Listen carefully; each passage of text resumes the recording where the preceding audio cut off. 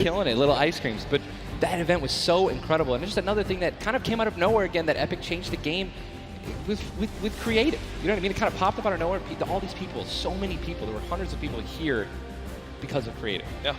And again, I know I talked to Scissors about it too. He can't believe just how far it's gone from his original runs he made to now it kind of inspired one of the 3 maps yesterday. For you, what was your favorite? Was it kind of the prop hunt mode? Was it the run? Junkyard Juke, bro. Okay. Hands down, Junkyard Juke is the most fun game I've ever played. I mean, if you're gonna go in with a crew of like 32 people, if you can even muster up a crew of 32 people, like I want that to be a playlist where I can just go and play Junkyard Juke, and it just fills in 32 people. Hey. It's so much fun, man. I'm with that. What about, should we get the whole squad together? Or I'm down with. Oh, we totally should. We should get a massive content creation squad and just go into that. It'd be the most funny thing in the world. Hey, look, I mean, there's nothing greater when you're a little teddy bear and you're just walking around like trying to make it in. It's amazing, man. Hey, listen, it's all fun and games here. Obviously, the theme of this weekend. Things going on outside of the fan festival.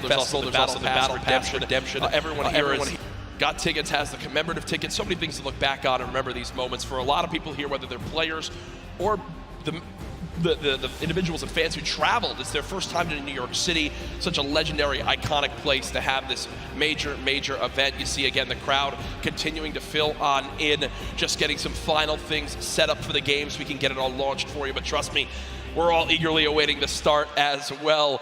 So many organizations represented throughout the weekend, and I have just received the word that we want, Ninja.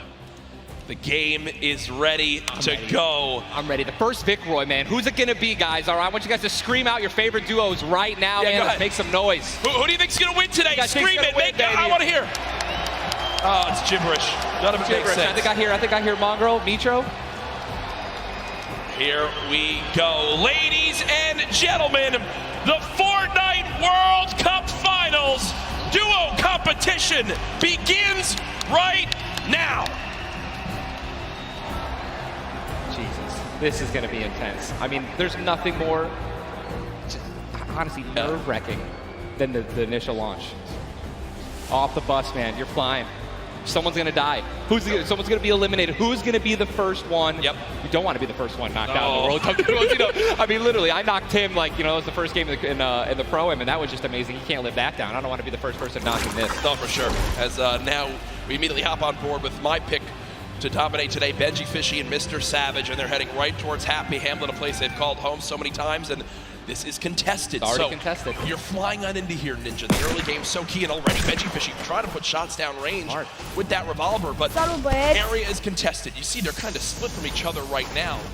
What are their comms like in this exact moment? I mean, I think right now they're just going to be trying to hear any type of information they can pass off to one another is going to be very important. They've been practicing this landing. I'm pretty sure I watched these guys play literally every week because they're from EU, so they were before NA qualifiers. And yeah, this is exactly where they normally land. Auzi, bă, tu mi s-o fra contul, bă, de Fortnite. You're honestly at a disadvantage if you do land in the same house because you're going to be getting less shields of one another, right? Less chances of getting shotguns and things like that. And I'm just interested to see how they're going to play this out. Are they going to be aggressive? Are they going to back down? Well, we just saw the first zone has been revealed, and it is a northern side zone, so anyone in Happy Hamlet not safe. Polar Peak, Frosty Flight, Paradise Palms, Lucky Landing, all not safe. As we continue to keep an eye on this fight, 98 players remaining right now in this game. Now, we mentioned the increased material farming right now, so you're hitting a couple trees, you're getting 20, 30 materials like it's nothing. Let's shift our focus, though, towards the middle of the map here at Dusty Divot, and it looks like Landjock and Punisher go out very, very early in this first game to Tetra and, on the flip side, the new Rogue members. Ăștia au probleme la sunet rău. Mă uit pe YouTube. 10 builds. These early game fights are always so detrimental. You have to be very, very, very particular with how many mats you're going to use when you're trying to ramp rush somebody, because if you make it there and they shoot you out and you have no mats, I mean, you're left with literally nothing to protect yourself with. And look at the advantage that you now have. Tetra hasn't had any shields, but because 2 eliminations come on through, he gets both. That's 50 shield per elim, putting him at max HP, and now he can completely change how he takes this fight. It's not like the normal games where you're still stuck at 100 health and you might second guess what you want to do. You might play a little more passively. No, because of those early elims, they now have Dusty Divot to themselves. They pushed out the Asian duo, pushing towards that top Dusty Divot side of XXM and Mend, and now they're sitting pretty. Divot all to themselves. They've got metal galore here as well as wood. The one material that really be lacking is going to be stone. Yeah, definitely going to be lacking stone. They can get a 500 metal, which is going to be their most valuable asset here, landing in Dusty. What I'm just interested to see is, you know, they have no rotation items when you're looking over there, so hopefully they find something that's going to help them rotate later. There are no balls that spawn in Dusty, so no ballers. It's going to be very difficult to make it to the late game if you guys don't have some sort of crazy rotation. Shadow bombs or anything like that. Here's another fight going on towards Fatal Fields, and with how little materials there are, you got to think these players down low who are already just on white HP are in a tough spot, and there it is. Scarlet and his duo, Bell, get the quick elimination onto Brush. And that's going to push back Brush's duo into Fatal Fields and try to hide for a brief moment. Another rough start right there. So much stone in Fatal Fields. I feel like Fatal Fields is a underrated landing spot. I think you can get everything at Fatal Fields. You definitely get wood and brick very quickly, and then there's definitely some metal that you can gather around. You know, there's a bunch of cars and things like that. Some tractors there in the sticks. But listen, man, I'm really curious as to why they're not pushing Sizz. Well, it's kind of a double-edged sword too, because yes, Sizz is by himself, but we've all experienced how easily you can hide in that brush there in the cornfields. And Sizz Lucky, these top players who land Fatal Fields know how to actually navigate the loot in the corn without breaking the corn. So I need to break the corn every time. Right, same. So I'm not good enough to know, but there's a certain path you can go on, and Sizz Lucky will actually be able to go back and pick up Brush's cards. So this is key. You think you should go Reboot for it? Vans. Remember, when you get brought back, you only have 100 HP and a common pistol. That will bring a lot of attention over. If you are Scarlet and Bell, are you sprinting back over that fight? I think so. Now across the map, though, an engagement going out between KBB, Yuang, and their duo up against Vinny and Zexro, and there's the knock right there, Ninja. Drum shotgun's very powerful. It's definitely underrated. You can get inside somebody's 1-by-1 right there. I mean, there's another knock with a drum shotgun, just absolutely wreaking havoc. Yuang trying to take this wall. I think his teammate is not going to be able to stay alive, so it's going to be Zex and Yu. He's got the shield advantage. All he has to do is play this patient. I'm going to be pretty sure that these guys don't have that many materials, so just needs to spray it out and hopefully find a chance to take him down, but he's healing up. Yeah, Zexro has minis as well as big shields, so we'll be able to get back to full shield. And Yuang now in a tough spot. Do I try to go? Zex definitely can interrupt this now. He took too long to start going with the res, but it looks like he's just going to be going for the reloads, taking his time, and he might be dipping out, maybe trying to. He's definitely staying aggressive, but he's going to get the revive off, and now it's a 2-on-1 again. Zexro staying confident though, knowing right now still at over 150 HP, the teammate has to be at 30 health. The wall comes through, trying to spray it, and it's not gonna happen, and you see Zexro right there, hands right to his head, some solid damage done, but Yuang dropped down to 59 HP, but with that elimination, we'll bump back up to over 100. Very, very close right there, Ninja, with the drum shotgun. Very important is checking out the storm right now. A lot of these players, there's a lot, you guys can't see the screen, but there are plenty of people who are outside. They're going to have to start their rotations in. And this is actually where a lot of very talented players with their aim can clean up a lot of kills. This is actually my teammate and I's reverse. Our strategy was to try to get in those spots where you can beam people who are going to be flying throughout the sky using a lot of the slipstreams and just taking advantage of, you know, your incredible accuracy. A little update too on Sizz Lucky. They did get the reboot in Fatal, so they're both back in play. Look at how slow this lobby is going, folks. 92 players left, and a definite fan favorite here. Nate Hill and Funk of FaZe Clan currently set on up near Lazy Lagoon. And Ninja, this is your landing spot that you went to with your duo reverse. What are maybe some little tips and tricks for players at home who like to land here? Yeah, all right, so there's, if you go on the boat, on the ship, every single one of the masts is like worth 200 wood, so you definitely want to go for those. You can easily get max wood in Arena in probably less than 10 seconds. And also there are some metal anchors in town that you can get for about 300 metal, which is, you know, like the most valuable material that you can get. I mean, I'm just 91 players. I mean, have we talked about Storm Surge? I mean, we haven't yet.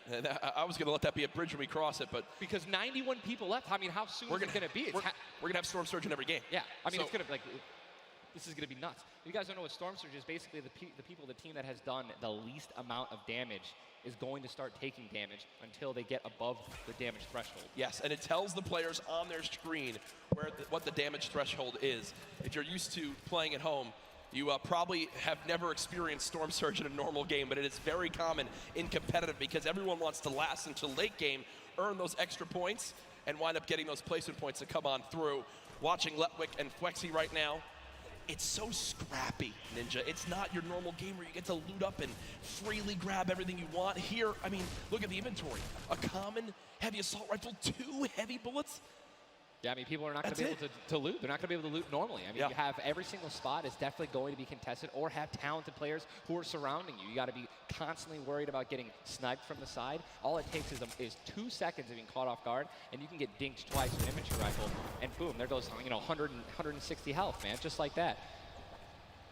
89 players left now in the lobby as Twiz and Cover H, the duo, do get cut down. 45 duos remaining. The second zone has just been revealed, and again, Storm Surge will begin after that. I absolutely think it's going to happen. That will be for 70+ players. So you keep that in mind as this goes on. Players who haven't really done any damage will know that they're going to be at a point where their hand is kind of be forced. They're going to have to put on a little bit of aggression. You're going to see the game pick up just a little bit here. There's Snappy and Red Rush already in the next zone. They're more than happy to just farm up this metal structure and claim it as their own. They're actually very centralized as well. Yep. I mean, a really great strategy that you're going to see a lot of people going to be using throughout this weekend in solos and in duos is to just try to get in the dead center of the second zone and honestly just kind of pray that the circle is going to continue to rotate in your favor. I mean, I'm still looking at a lot of these guys' inventories. One guy just gets knocked in front of him, like he's going to try to save his teammate. It's not going to happen. But there's not a lot of rotation items. I haven't seen a lot of shockwave grenades. I haven't seen a lot of shadow bombs. I don't see any launch pads in anyone's inventory. Yeah. It's going to be such a, like, the rotations late game are going to be nuts. People are going to get lasered out of the sky. And Letwick now all by himself in a 1 versus 2 as his teammate did go down. You see Parpy and Volks still quite healthy between the two of them. Over 140 HP for both of them. Parpy still playing the slow ground, trying to spray out the opponent. And look at the material count for Volks, 135 total builds. It does look like Letwick just kind of ran away, but I don't believe Letwick was able to grab his teammate's reboot card. So will basically be by himself for the rest of this game.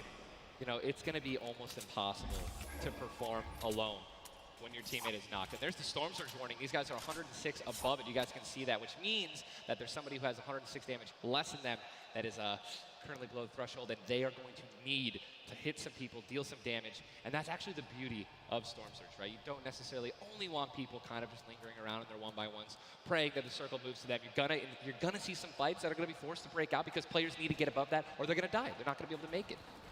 Now moving towards the Dusty Divot Diner. You see Clicks I didn't and even know you could Skeptic. farm this.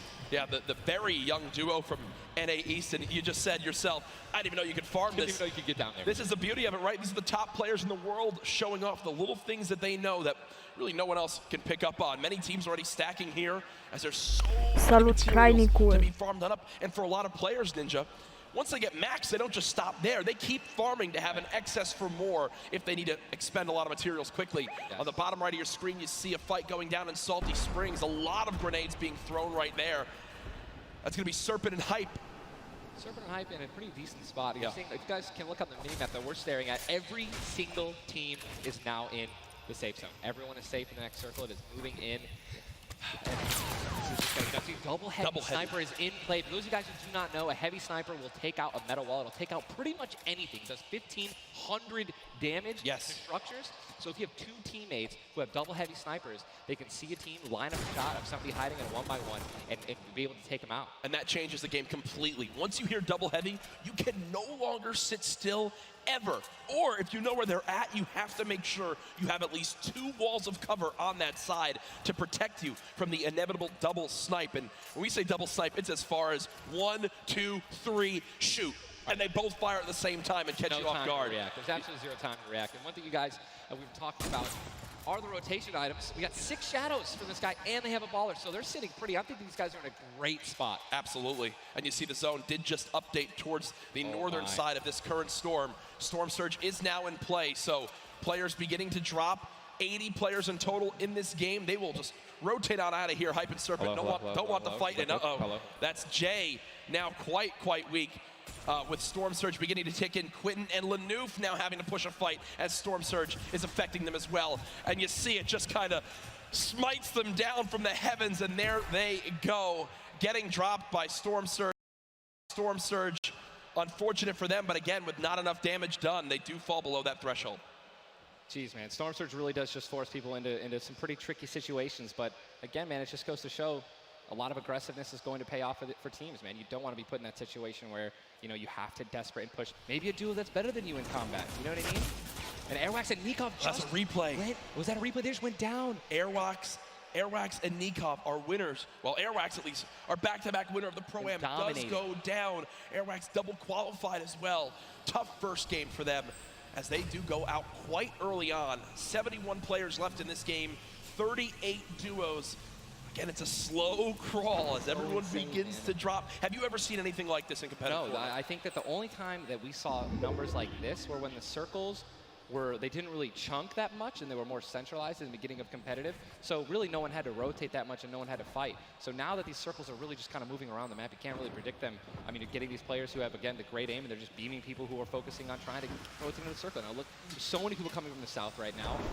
And it's just free kills if you guys are in a top position with solid aim, man. You're going to Texture right now, already getting beamed. He's spamming the spacebar, trying to make it as difficult as possible to hit.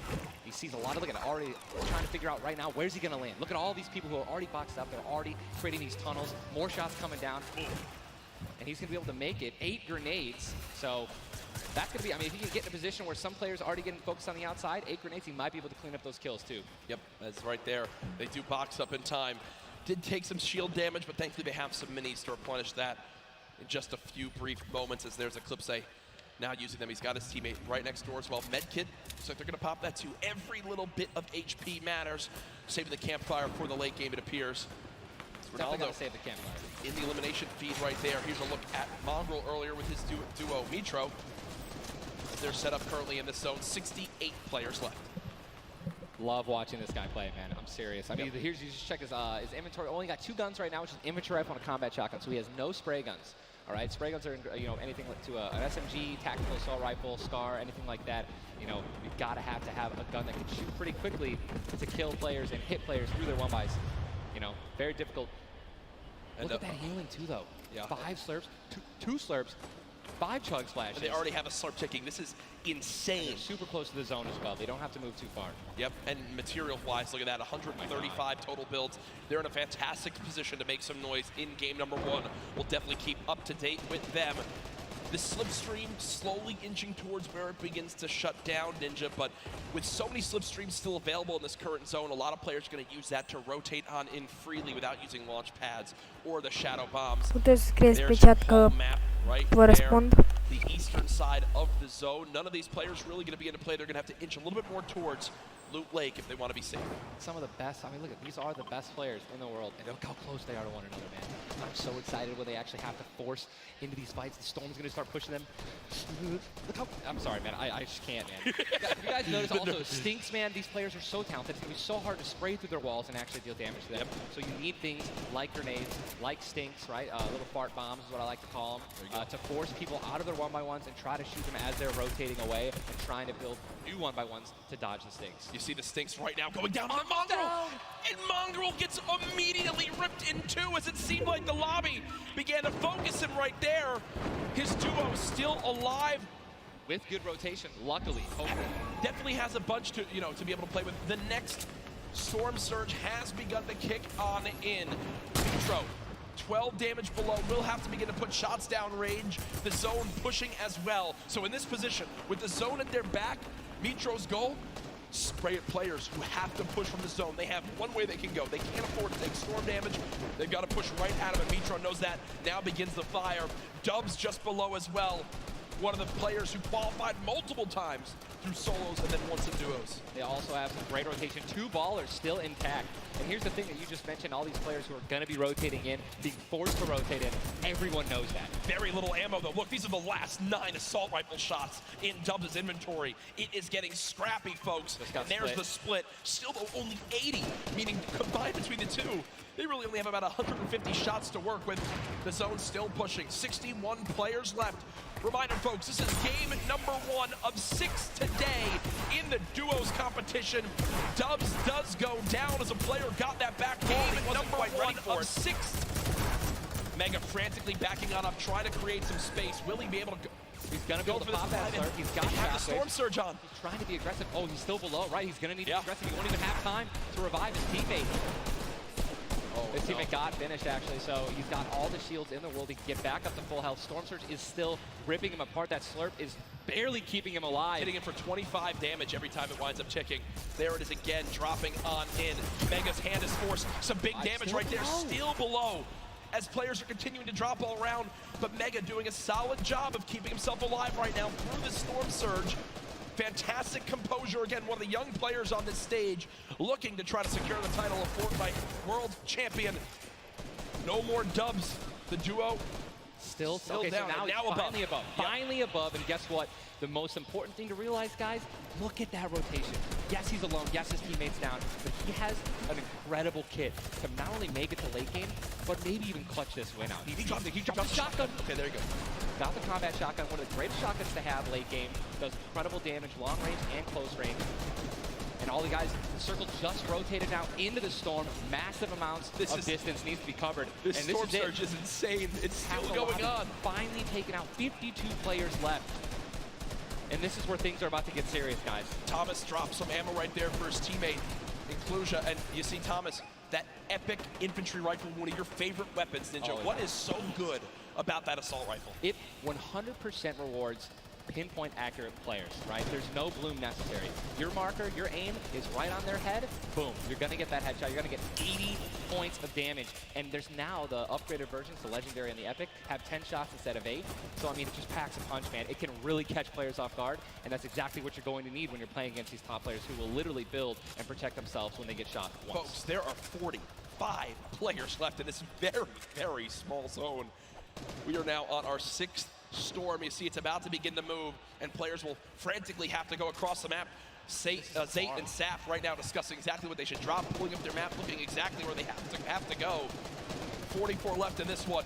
We already got people using shockwave grenades, guys. This is a very far rotation for the second movement circle, so this is actually going to move very quickly. These people are going to potentially get stuck on their launch pads because there's so much frequent building. It's going to be nuts. And who's going to try to take the high ground? Because after this first circle goes, this is where people start to only try to use the high ground. And we know high ground is everything in competitive Fortnite late game. Everyone frantically moving away from the common enemy of everyone, which is that storm circle. Macwood taking zone damage. Daedra as well. King slowly bouncing on through with the shadow bomb, and does land. Yes, but taking no storm damage, just playing right on the edge of it. Yeah, right on the edge of the zone right now. Will just stay boxed up for a brief moment. As now there's 36 players remaining, stomping the elimination feed. Arkram now goes down as well. You can see the elimination feed on the top left to keep track of your favorite players. There's so much is going on. This is what tunneling is. When you hear players mention tunneling, this is it right here. You move with the zone, you tunnel your way in, give yourself cover, but not a lot of materials left. Only 22 builds, and this zone is stacked. But look who's on the high ground. It's Mr. Savage and Benji Fishing. That would be your 2 picks, so good for you. All right, I have to owe you a bet there, man. That's that. All right. Mongo, unfortunately, do you still know if Nitro's still alive? I mean, listen, people are dying left and right, being eliminated. More Savage just used another shockwave grenade. He already had high ground, though. The question is, are people going to try to take it? You know that if you really want the chance to win this, you're going to have to try to take the high ground off them or have a rocket launcher to just take them out of it. He's just so weakened. Mr. Savage just looks up and beams the player out of the air. It's all Benji Fishy and Mr. Savage in the elimination feed right now. 24 players left in this one. But 20 duos. There's almost no duos remaining, Ninja. Right, it's all solos, and this is kind of what's going to happen, man. Mr. Savage goes down. It's up to Benji, and listen, Benji's been in this position before. We know he can handle it. Nitro's still in the game as well. I just saw him. He looks incredibly healthy, but now taking some storm damage. Benji's just going to try. Listen, look at the materials. Not a lot left. They're only using their shadows. I think he has 1 build left. Yep. That's it. That's all he has. He's got 10 total builds. 10 total builds. He's just trying to outlast as many players as possible. Remember these placement points. We've made it into our top 10 duos. Now into our top 8. Zayt and Saf now. Zayt and Saf now on the high ground. This game. One of the few, the only duo left. This has a Zayt and Saf win written all over it. Mitro, Mongrel's duo, was all by himself very early on, still alive in this one. 40R Storm now getting beamed. Can the North American duo of Zayt and Saf close this out? Raining down fire from up top. You see the frantic builds coming in. Benji Fishy goes down. Mega, Mitro, and Scarlet on the low ground. Shots still coming on in. Zayt and Saf just sitting pretty. Mitro just got a double, I think. Mitro 5 limbs. Tries to get it done, not enough. Zayt and Saf, 2 versus 1. Will they take game number 1? Yes, they will! Zayt and Saf had the high ground, and they used it the entire game. Rain fire from above. We're able to make up 5 elims plus 10 placement points. That's going to be 15 points. Game 1. Talk about a monster game number 1. You saw the immediate reaction. They know how key that was. And I've watched so many games of competitive Fortnite, Ninja. They were the only duo left with still like 18 players remaining. Yeah. When they get the high ground like that, they send one player down to get close. Scarlet was already weak, and there's just no shot. In the end, the veteran players of Zate and Sap take game number 1.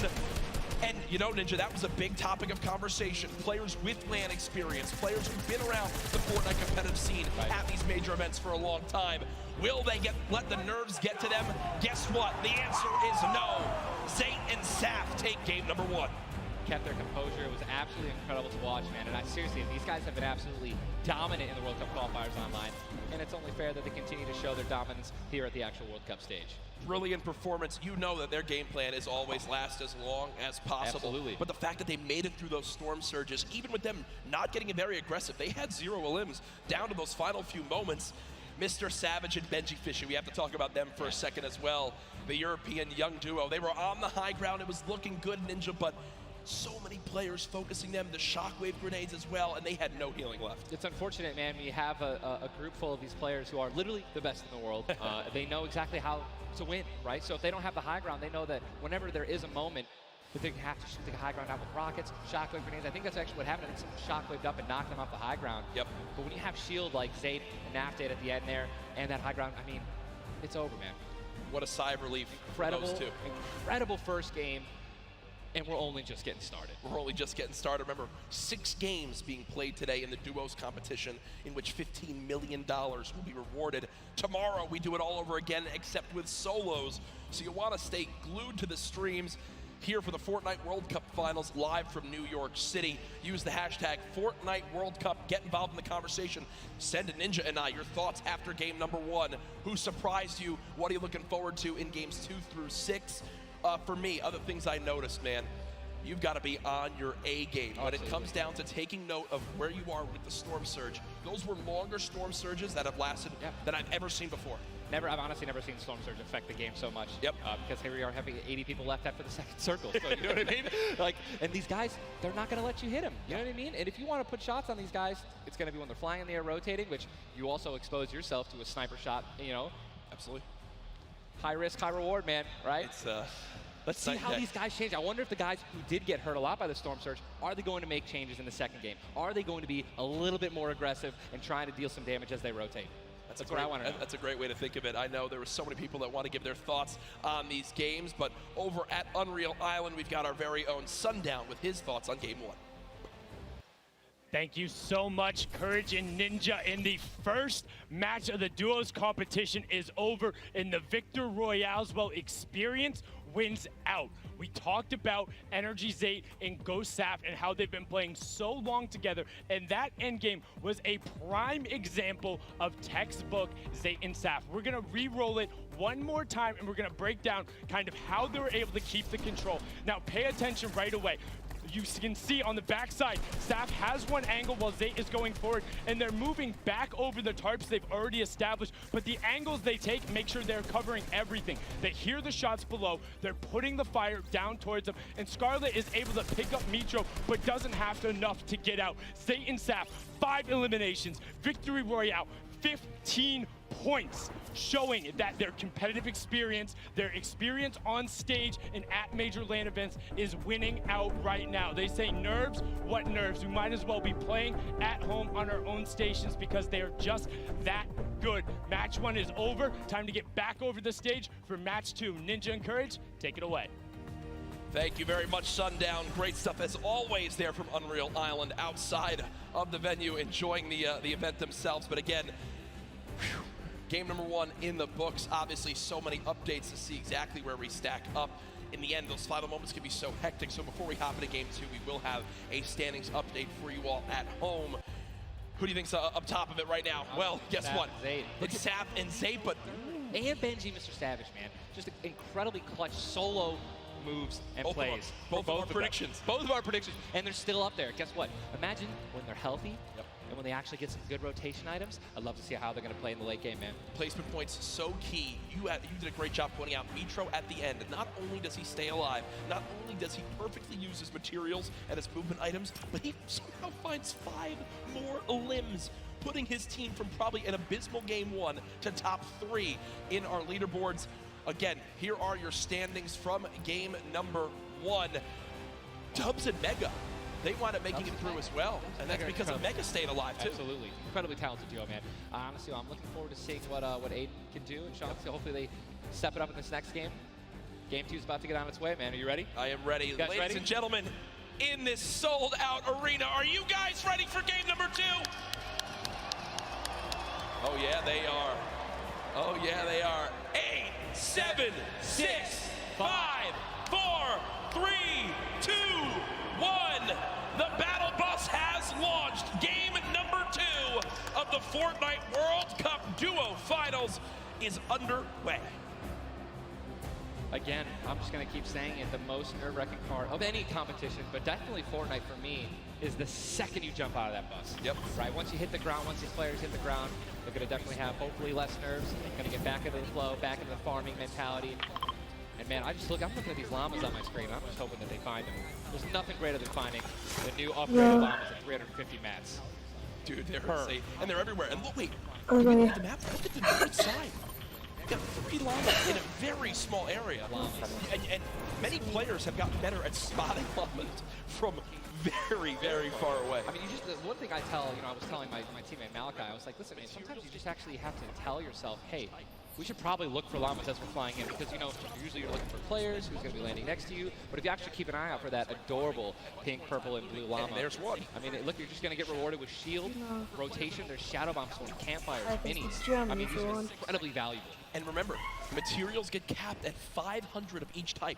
So when you get 350, it's done its job for you. You can spend much less time looting and, farming, and much more time looting. And look at Zate perfectly using the Shadow Bomb Ninja. For players at home who are wondering how he just used it for way more than the 6 seconds it actually lets you use it for. Explain a little bit of staying on the side of the mountain. Yeah, all you have to do is just continue that jump animation. That's going to trigger the double jump. And as long as you don't touch any solid ground, you're going to be able to continue to double bounce back and forth, man. It's an incredible use of the shadow.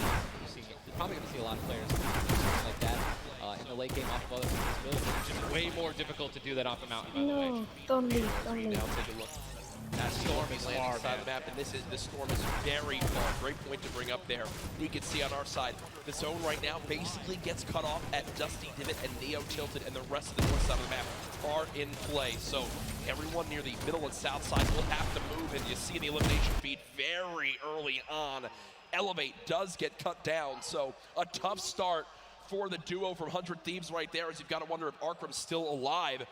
Either way, though, Daedra and M11Z looks like they have players down in Loot Lake, Lucky Landing, and they do have a duo nearby. Looks like they're trying to obviously back away while continuing to farm up. Lucky Landing is not really a 4-person landing. When more than two people land here, one of them is going to be leaving a little bit handicapped. Wang and Clyde right now popping that last big shield, so all of his damage that he will take from now on will be permanent unless he gets an elimination and gets. Look at how good these stink grenades are right now. Scram and Mexi have lost so much HP off the start just from getting ticks. The spray does come on through. A third party, though, beginning to shoot down on a Yuang. So another player putting their attention towards this fight. Trying to line a side at Snobby, but KBB does go down. It's now Yuang all by himself, and no materials left, Ninja. He can't even take a wall. They're really, this is an abysmal position to be in. Yuang knows that, trying to fall back to his teammate to maybe sneak a revive, but I just don't see. A lot of these players really are kind of hesitant, you know what I mean? They don't necessarily want to push. There is a third party now. They don't have a lot of shields. Are they going to get off the right play? They're going to push forward. Yuang, no shields. And he's going to get the double! He's going to get the double and the That's revive on KBB. And there was some delicious shockwave grenades that just slid down the ramp. Yuang takes them down. The 4 builds left. I believe there was some help. The shots that came in from that third team getting nearby, which weakened them at first. Yuang gets the cleanup on the last one right there. What a swing for the duo. Shot does come in onto Keys, though, as another fight going down just outside the desert side of the map. Keys and Slacks up against 2. Running out of materials already, and guess what? These guys are at the farthest point of the storm. Yep. So this is not, they can't afford this fight, right? The longer this takes, they're not going to be able to get materials. They're going to be burning all the materials in this fight right now. So they're definitely going to need these alerts to make up for it. That was And he doesn't get the knock on Landjock. And Landjock and Punisher went down early last game as well, and it looks like Landjock will suffer the same fate here. Upgraded combat shotgun, you know he's going to take that. Punisher trying to make some plays here. Still now it is a 2-on-1 situation. Just need to play the numbers advantage. And again, Storm is about to start moving, so they're going to have to make some plays sooner rather than later. No ammunition. Very few build. No shield. This spells disaster, and Punisher goes down, and there's the frustration in the player camera right there. Slacks and keys, 2 quick eliminations. But you mentioned they can't afford to do that. It takes so much time in that fight. They've got to go very far still. Now over to Neo Tilted, Clicks and Skeptic in a fight. Got some shield. Doesn't necessarily want to use this mini to only get a 10. He's trying to obviously take Small, help his teammate out. No, he's getting taken. With the trap kill, he's going to get the knock. Unbelievable, incredible place. Bad Sniper goes down, and now he's continuing to branch out. When you guys are in fights like this, you always want to do exactly what he's doing right now, which is branch out, continue to build these little 1x1s with pyramids, try to confuse your opponents of where you actually are healing up. Skeptic just 8 builds left. They're trying to stay alive right now. They do have the number advantage. Has time to pop 1 mini, and it looks like they're going to go for it right now. They made the conscious decision to try to build out, but no. They back up for a moment. Finally gets a shotgun. Yep. Shotgun picked up. Grenades now as well. They want to go for the second elimination. And we take the, oh my god, we got some trap talk. In real life? Did he just take the L in real life? Homie, this is land. This dude's going to come over. No, I'm just kidding. 40, but the Stinks come on in. Stinks coming in, 22 health left, Campfire down. He has. Oh, and look who's here. Third party. Hello. Look who's here. N8 puts up the take the L, and EU says, no, no, no. This is the World Cup, baby. I'm going to show which continent is best. Mitro and Mongrel, full HP, and they storm roll through. Dual links for Mitro, still right there. Down low. Wow, incredible. Let's look at that kit. Gold scar, gold combat, heavy shotgun, or I'm sorry, heavy sniper rifle for taking opponents' walls. Look at, they're just stealing and bump rushing, and that's going to be it. There's no shot right there. Skeptic. Now a 2 versus 1. You saw, hey, putting on a show. I love it. The man does YouTube for a reason. But then also a fantastic player. I think speaks a little bit too soon. Aiden now on your screen. Does knock 1. Hasn't finished the elimination yet, so still will gain 50 HP if he can get the full. There it is. Now a 2 versus 1. Aiden and Sean. Look at how weak Sean is though, Ninja. Sean has absolutely no health. A little bit of shield. Hopefully they're saying, you know, here, AP in the good thing he's calling it out right now. But it is also a 2-on-1, and they don't know how weak this guy is right now, but if he is going to look to try and trade, there's a double shotgun shot from 21 white. Players no shield left are going to try to look pressure. Sean has multiple health, and look how aggressive they're being. They're both one hits. Look at that in the grab.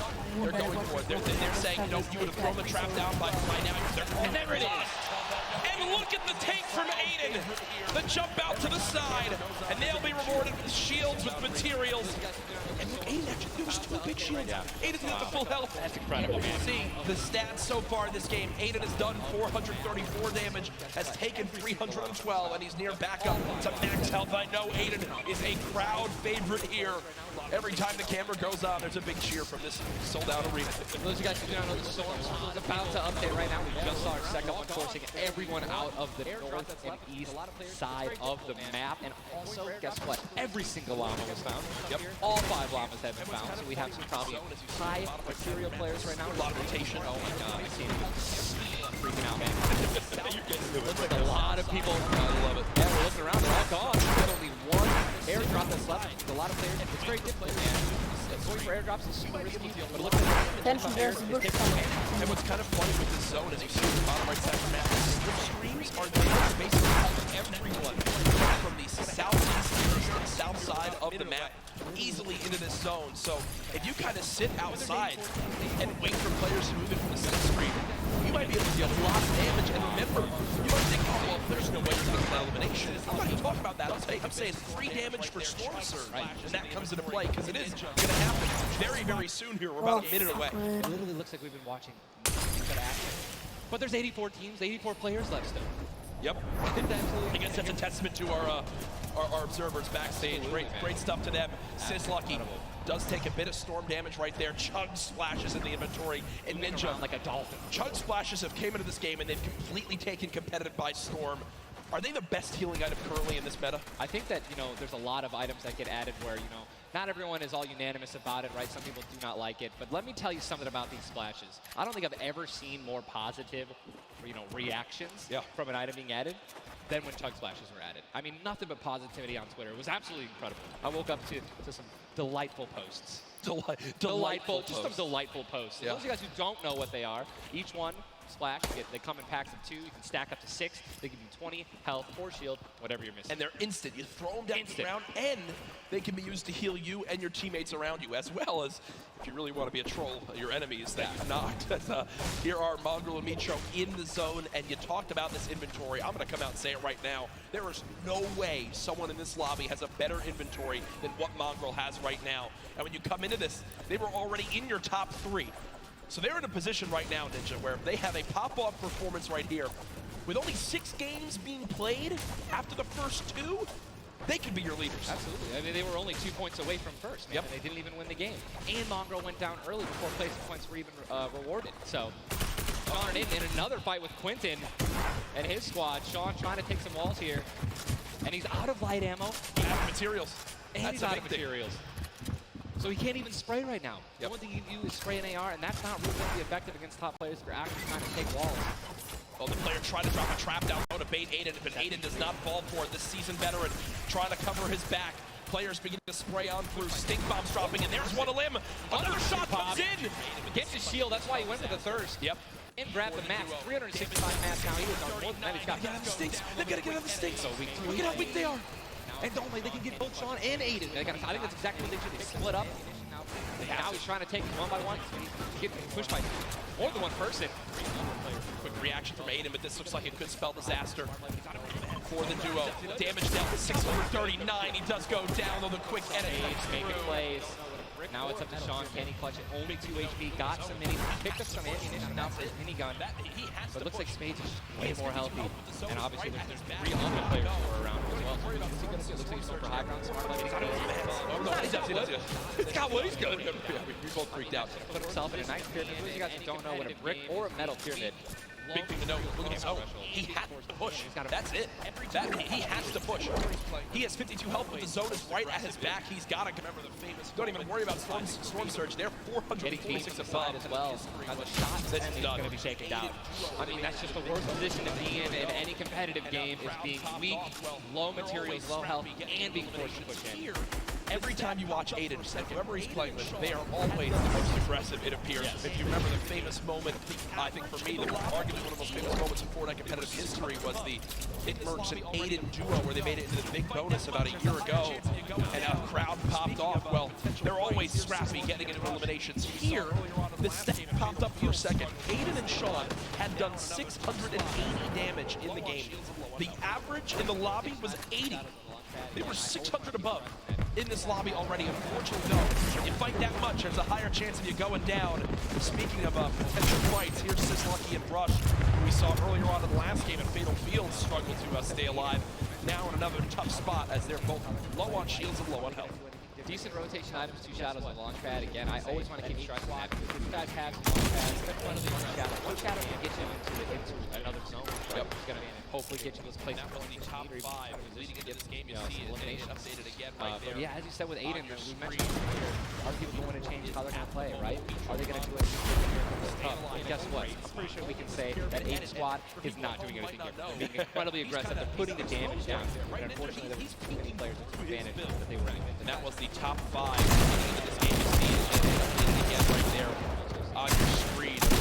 Where the leaderboard is at the moment. Micho and Mongrel staying alive, holding this pyramid edit. And for people at home who might not know, he's not exposed right there, right, Ninja? He's peeking through his build. Correct. As you guys are moving through a pyramid, you hit edit on it. You cannot be seen, right? And you can also see through it. It's a very amazing feature. Fortnite Battle Royale. What a Battle Royale, the ultimate Battle Royale experience. Ultimate Battle Royale experience, man. Blue T is in the storm, taking damage, a lot of damage, and he's still going to be rotating. Rogue taking damage as well. Thomas gonna have to make some plays. And there goes Rody, actually just got knocked. 66 players remain, and this Storm is kind of moving a little bit away from Pleasant Park, but it's once you have a high ground mountain in play, I mean, I'm wondering if it's going to go north. There's 3 high ground mountains in play, and Really mixes it up late game. a drone ship that people can wind up going on top of, and those are brilliant to use. Oh, absolutely. If you guys can get up on top of those, guess what? You have ultimate high ground on the map without having to place any mats. Yep. It's incredible. You can't get sniped from above, and you can deal as much damage as you want. Also, it's incredibly difficult to shoot players that are up there. 100%. But it's important to know that after the 5th circle closes in, those air vents will stop working. So if you don't have any rotation to get down, glide or redeploy, Yikes. anything like that, yikes. That's a massive yikes. So you have to pray that someone puts a launch pad down underneath it somehow. Yep. And go for it. Yeah, Just risk it all. Most of these teams will mess that up. Now, we talked about our Game 1 winners, the team that took home the Victory Royale, which is, again, 10 placement points, the max you can get for placement in these games. It was Zayt and Saf, and they're currently set on up in this zone for the moment. Did they just get the zone as well? Are they the yellow team in the mini-map? I mean, they're close enough for sure, I can see. I think, no, actually, no, they got to rotate a little bit, but look, they got 4 shockwave grenades. Yep. And they'll be all right. They'll be able to make it happen. Airwax and Dehog, man. Here we go. They have to rotate the farthest. Look at how many stack players are on this side of the lobby right now, and they're all going to have to move very soon. Yeah. Arkram and Falconer have a tough rotation ahead. Slacks and Keys.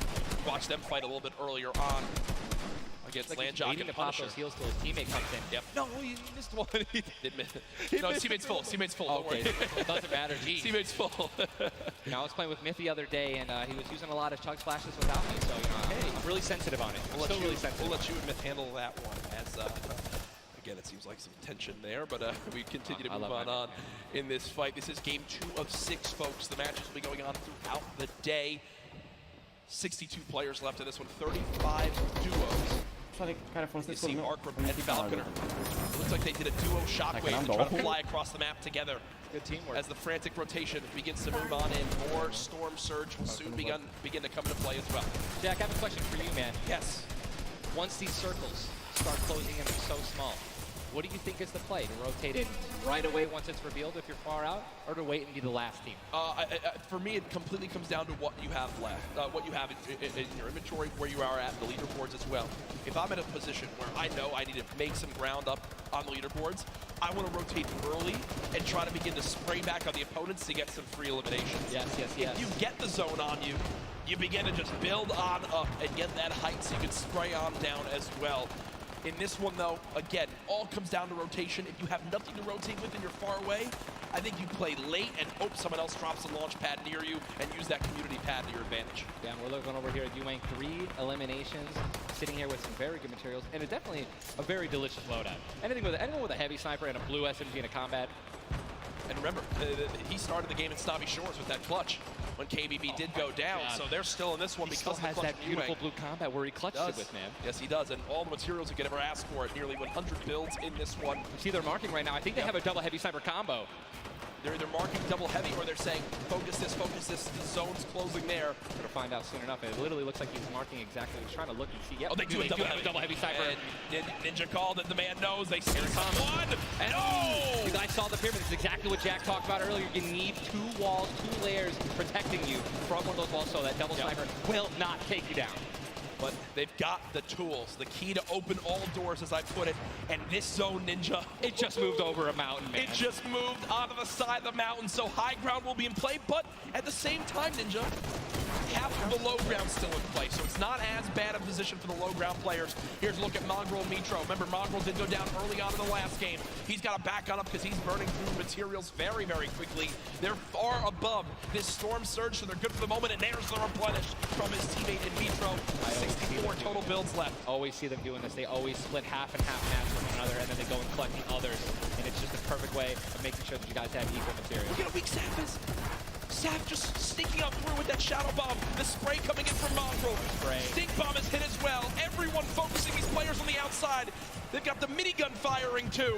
The lobby now picking up quick as we move into our pit zone. The storm is closing in, and that's going to be forcing everyone to get into where the safe zone is right now. It is moving in towards Pleasant Park. Guys, this is absolutely insane. 51 players still remain, by the way, in a circle this small. They're just trying to get as many limbs possible as people are rotating in. Mitro on the bottom right of your screen with that minigun has 631 bullets to spray down with Mongrel in a fight. Gets one player weak, but does have to back on him. Didn't get the clutch. Someone else stole the kill from him. Mitro gets chunked as well. Still have a launch pad, but again, when you're in a situation like this, low ground, they're getting sprayed with nothing but grenade launcher shots and frag grenades, and they're both going to be eliminated. And Mongrel also, sorry, Airwax just went down as well. And you see Cease in the elimination feed. Does look like, remember early on, Elevate did go down. There's That loot is so delicious. Zane go for it. Zane Sap, do they do it? Do you go for it? There's a launch pad there and so many materials. This is game-changing loot right now. They've got the builds to go for it if they want. They're gonna do it. They're gonna make the play. A gold combat shotgun too, man. Zane and Sap, Uncontested. that's one of those risk versus reward plays that can help set them up for 2 victory royales in a row. Mongrel and Mitro's loot too, man. Oh, that was they're making a and we know statement. that was juicy loot. They're making a statement saying, listen, we're from NA, we're here to play. Taking out you only didn't know they took them out, but they're definitely taking their loot. Yeah, for sure, as they are still above this Still storm great surge. rotation items too. They both each have a launch pad, both have 2 shotgun grenades, and they're gonna go. He didn't get it though. They try to get both at the same time. Gonna be flying, and this is it. Another massive rotation gonna be taken to the center of Pleasant Park. They're 167 damage above the threshold, so they're looking pretty good right now. The question is, are they going to keep mid ground, go for low ground, high ground? What's the play? They didn't get the full launch pad. He might have to use his own. Yes, he does again, and that actually works out. He hits his head on something, which takes him down from having to, fly all the way up and float and get beamed. They're going to challenge high ground right now. Zayt and Sap looking to do what many would think was impossible, which is win back-to-back games in the stack lobby.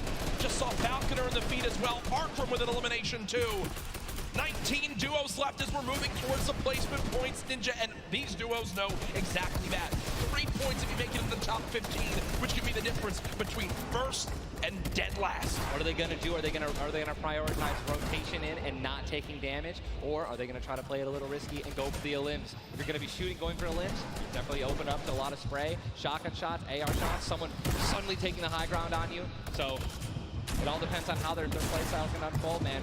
Many more duos remaining in this game, unlike the last one. Zayt with another elimination right there on a KBB. You got Snappy and Red Rush on the high ground, and Sap Over the play, the high ground goes to the high ground. Take, will he get it? He's going to get it, he has it. Zayt's got high ground. Zayt has high ground as they go to try to push for 2 victory royales in a row. Sap is there as well, but Snappy just appeared right behind Sap and shotgunned him down right there. Zayt right now is going to have to concede to the high ground, giving it to Snappy. And he's just going to have to stay alive as long as possible, try to get some placement points. He is obviously a talented player, top player. He can definitely make something happen, and I'm interested to see what he's going to do. Cease has been by himself since the first moment of this game when Elevate went down at 98 players remaining, and he's somehow still alive. There goes Mega. You've got Darox and Item on the low ground. Warwin getting chopped down as well. Zayt with about 100 HP. Uh-oh. Here comes Vinny and Zexro. They're trying to challenge for the high ground. Keys right now being held in the storm with 5 limbs. He's going to be eliminated from the back. Zayt taken down as well. Snappy still with the high ground. Zex and Vinny and TSM crew looking good, and they're going to take it. They just took high ground. Snappy gave it to him. And they just got the high ground. Great use of the shockwave as well. Vinny as well as Zexro on hype for the moment. 5 eliminations so far. They're putting their names in the hat for potential victory royale in this game. They go down, right? They want those limbs. Forward now with eliminations back to back. 4 players left in this one. Zexro and Vinny spraying from the high ground. It's a 2 versus 1. The player right on the edge of the zone. The shockwave into the air. And he's going to drop on down to hype for the moment. The spray coming on in. It's not enough. Zexro and Vinny. TSM takes game 2 with style. Both alive. You love to see it. The victory royale and 7 eliminations. Look at that. Vinny's hyped, and Zexro looks like he was stunned. They forgot his fries on a fast food order. Why am I thinking about food? Oh my, Jack, it's pretty expected at this point. But God, it's unreal. 2 NA teams have taken game 1 and game 2, and honestly, I think that we can all say that the teams hyped up the most have been even. Guess what? Mongrel and Mitro, man, they've also been performing well. They still have so many points from eliminations. Yep. Oh man, what a great shotgun shot. They were perfectly in sync. They're even jumping and shotgunning at the same time. Vinny, Pop off, man. You love the pop off. so hyped. Zexro's about to start cranking 90s or default dancing in the Looks like lobby. he's trying to talk about literally what are they going to do in the next game. Yeah. Like, that's what that focus is. That reminds me, I've been in this situation before. He grabbed his hand and shook it for himself, man. That's a top teammate, man. Great synergy. What a start to today's competition. The energy in here is insane. I am looking around and there are thousands and thousands of people filling up the Arthur Ashe Stadium live from New York City. Again, my name Jack Courage Dunlop, joined by Tyler Ninja Blevins for what is the first ever Fortnite World Cup Finals. $30 million on the line this weekend. Millions will be tuning on in from across the world. There's so many ways to watch, and we're just 1/3 of the way done with today's action, and it's already been fantastic. I don't even want it to end, man. I could be here all night. These games are incredible. Yep. And just listen, if you guys are watching at home, you guys want to be here, right? You guys want to be competing. Take notes. Yeah. Watch these players. Watch how they build. Watch the fights that they take, the way they rotate. And we'll see you guys here next year, man. Well, guess what? Game number 2 ended with style with the North American duo of Vinny and Zexro taking it there on the floor with none other than Jordan Fisher. Thank you so much, Courage. I appreciate that. NA showing up and taking care of business. Games 1 and 2, Vinny and Zexro with a fantastic in, both together, which is an incredible thing, right? Walk me through the just in-game for you guys. So the comms are kind of hectic because of the noise, but we're just really good at playing together. Like, we're the longest duo that have played together. So yeah, we're just not a... Great, fantastic work, guys. Back to you, Ninja and Courage. JD! Thank you so much, Jordan. The duo of Vinny and Zexro, you know, they've always been known as being so aggressive. Yeah. From all the times we've seen them in these competitive tournaments. While they might be some younger players, they've definitely been around the block here in competitive Fortnite. Again, you just see them, just like a lot of other talent here, always at the top of the duo qualifiers every single week. Even though they already qualified, they continue to keep playing, and practicing. Guess what? They just took the game number 2. You got to be pumped right now, man. Once you win one of these games, you can't let up, though. Again, and that's why I love that energy. Zex was immediately just, I felt like he was just talking about, what are we going to do next? Hey, man, good job. We won that. Let's do it again. Yeah. Right? How are we going to change, maybe even do better somehow, get more limbs in game 3? No, for sure. And they know that. They're not going to take their foot off the gas pedal. Folks, we have our standings after game number 2. Where are things playing on out? It is still Zayt and Sap at the top. Dubs and Mega at 18 points in second. Zexro and Vinny, with that performance, go from 0 points up to 17, Ninja. And that is the beauty of how this plays on out. Anyone can have a pop-off game and come right back. Mongrel and Mitro still in your top 5, as well as Serpent Hype, Darox, Item, Borwin and Tux, Snappy and Red Rush all there. While Zayt and Sap do have a nice little lead right now, nobody is safe from the rest of this lobby. I'll tell you that right now. I mean, just take a look at the points, Courage. You got 11 points, right? Benji and Mr. Savage, they fell out of the top 10. But look at that. Storm and Epic Whale, 12 points. Daedra, M11Z, 12 points, 12 points, 12 points. All they need is 2 or 3 points, 2 or 3 extra eliminations right there, and boom, they'll move up 6 places. Yep. You know what I mean? So it's still anyone's game, all right? 2 pop-off games, 1 pop-off game, boom, you're already in the top 5. Remember, if you get 50th place or 11th place, from that whole time in between, you win $100,000 as a duo. Still. But if you go from 10th up to 1st, it jumps all the way to $3 million. So everyone, eyes on that top prize. We are just 1/3 of the way through the action today, but I know we've had a lot of fun up here, Ninja. What an absolute blast. Ladies and gentlemen, Happy to be here, man. Can we give a round of applause to Ninja for hopping in for some guest casting? What a great job. Thank you, man. Always a pleasure, brother. Pleasure to be here. That's going to do it for us for now up here on the caster desk, but I know Zeke is down on the floor with some notes for you all. Thank you guys so much, man. What an awesome first 2 set of games from Sap and Zay locking down the lobby to Zexro and Vinny just coming in super clutch. And of course, guys, you've been here. We got to see Ninja. He got to go ahead and commentate some games. So what I want to know from you is, have you guys had a good time? Have you enjoyed it? If so, let's just let me hear you. You know, that was so-so. Let's pretend I didn't ask. Have you guys been enjoying yourselves? That's what I'm talking about.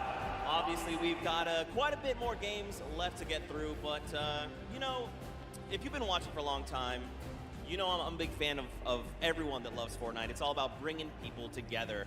And I like to say Fortnite fam, that's my thing. That's what I do.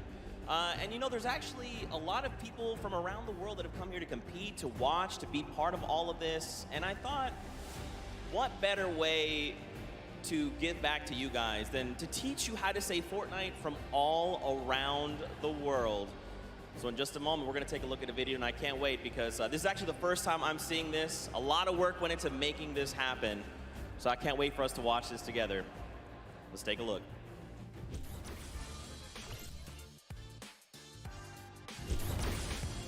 Hello Fortnite fam. 포트나이트 팬 여러분들 안녕하세요. Привет, Fortnite team. Jag har lite Rio. Tjena Fortnite-folk. Jag är fan av Fortnite. What's up, Fortnite fam?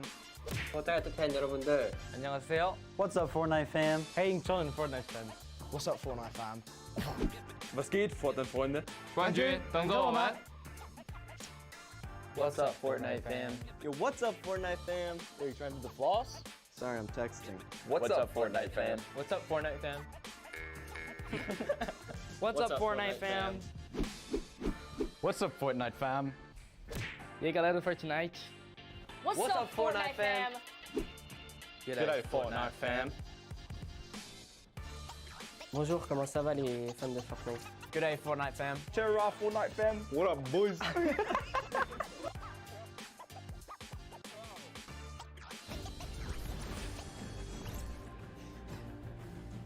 That was even better than I thought it would be. Just embrace it. We, as a collective, are the Fortnite fam. Get used to it. We're here to stay. Now, guys, you know, there's a few more things I want to take a look at before we hop back into the next game. One of the things to kind of do if you're here or if you're at home, you've been watching, Ninja actually had a pretty dope hoodie, a World Cup kind of exclusive hoodie. Would you like one of those things? Would you like one of the crazy World Cup shirts that we have? You can totally get your hands on one.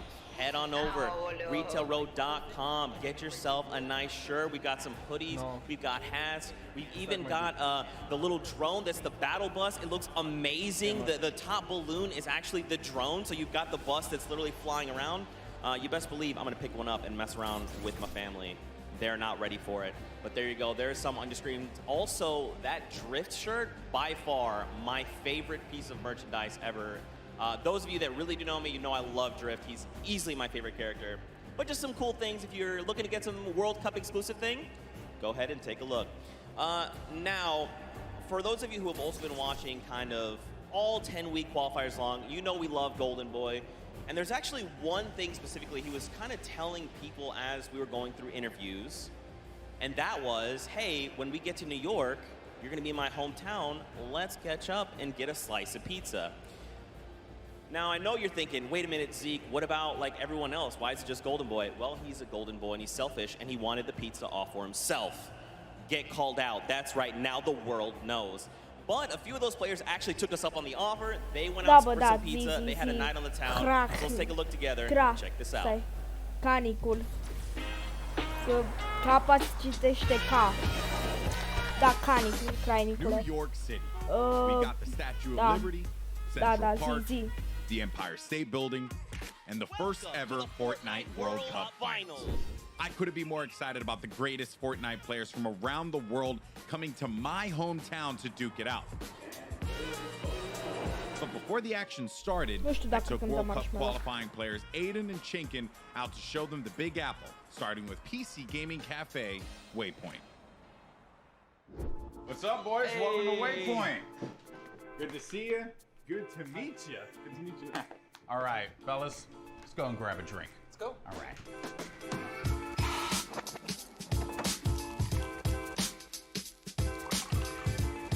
All right, gentlemen, thank you so much for joining me here in my hometown, New York City. Thoughts on it so far? Chinkin, we'll start with you. Hot, a lot of people.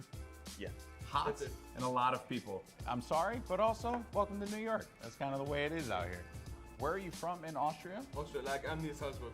And the population 40K. I think it was like 40,000 people in the train that you were in on the way here. Probably. Like, Yeah, so, there was so many people. Now I want to talk about the competition at hand because obviously this is going to be the biggest opportunity, I would imagine, of your lives. You're going to be playing in front of a massive crowd. Is there a way as a player that you prepare for that? I don't think like there's a way to like prepare for it. Yeah. But try to like calm down, not get like nervous, not get shaky and stuff.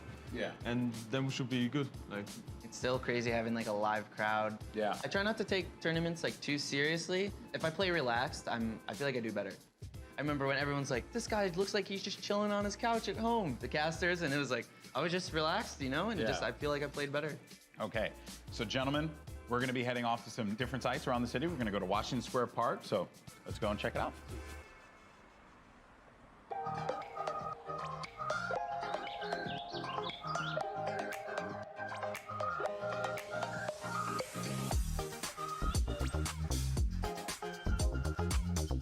All right, so now here we are in Washington Square Park, gentlemen. And I love the fact that we've conveniently set this up. I don't know what these pieces would symbolize. I don't know. I'm not too sure. Is it like king or queen? While we have this here, let's talk about competition. You guys are potentially going to be facing off against each other. Have you thought about that now? I don't know. I just don't want to feel the L2 spam like. Oh, you don't want to feel the L2 spam? I've watched them play a little bit. Him and Stompy, they're very like, I've seen them play aggro before. It's pretty scary. So if you have chemistry where you can play without even talking, you guys know what you're gonna do. That's like, a team like that's gonna win. So what you guys are going to experience this weekend. This is Mulțumim, Fortnite, că tragi de timp, adevăratul zic. Millions of dollars potentially. Has that even set with you guys yet? Even if it's not me, I'm thinking there's gonna be millionaires after this tournament. There's gonna be millionaires. Life-changing money. I try not to be, I'm not like greedy about it or anything. It's really nice to see like people that nobody know about and they could just blow up off of this. All right, I'm going to dive more into that, but I think it's time to get a slice of pizza.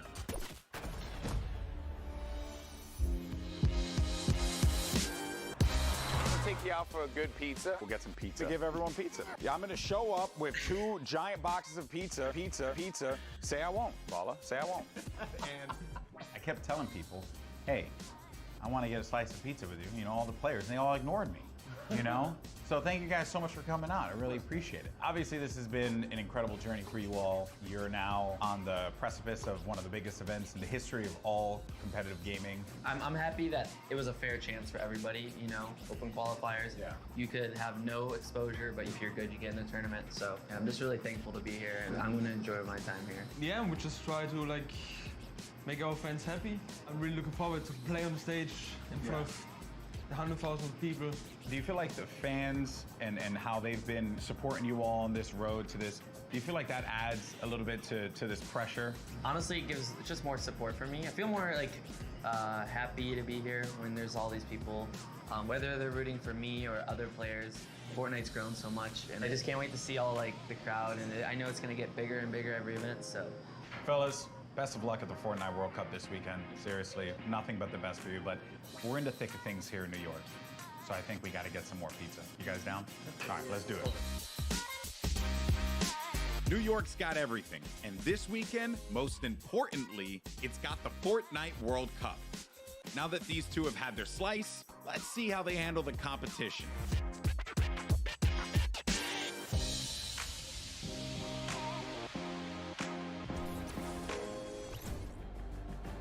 Good guy, golden boy. You gotta love him. You can't not. He's just the best, and it's really cool that he got to go out, hang out with Aiden, get some pizza, and, you know, just tour New York. You love to see it. You love to see it. Now, guys, there is actually a dynamic duo that we want to talk to. We actually have Jordan Fisher standing by. He's going to be chatting with Nix and PF Zin. These guys qualified back from the Brazilian region, and they've got some things to say. So, Jordan, let's go over to you.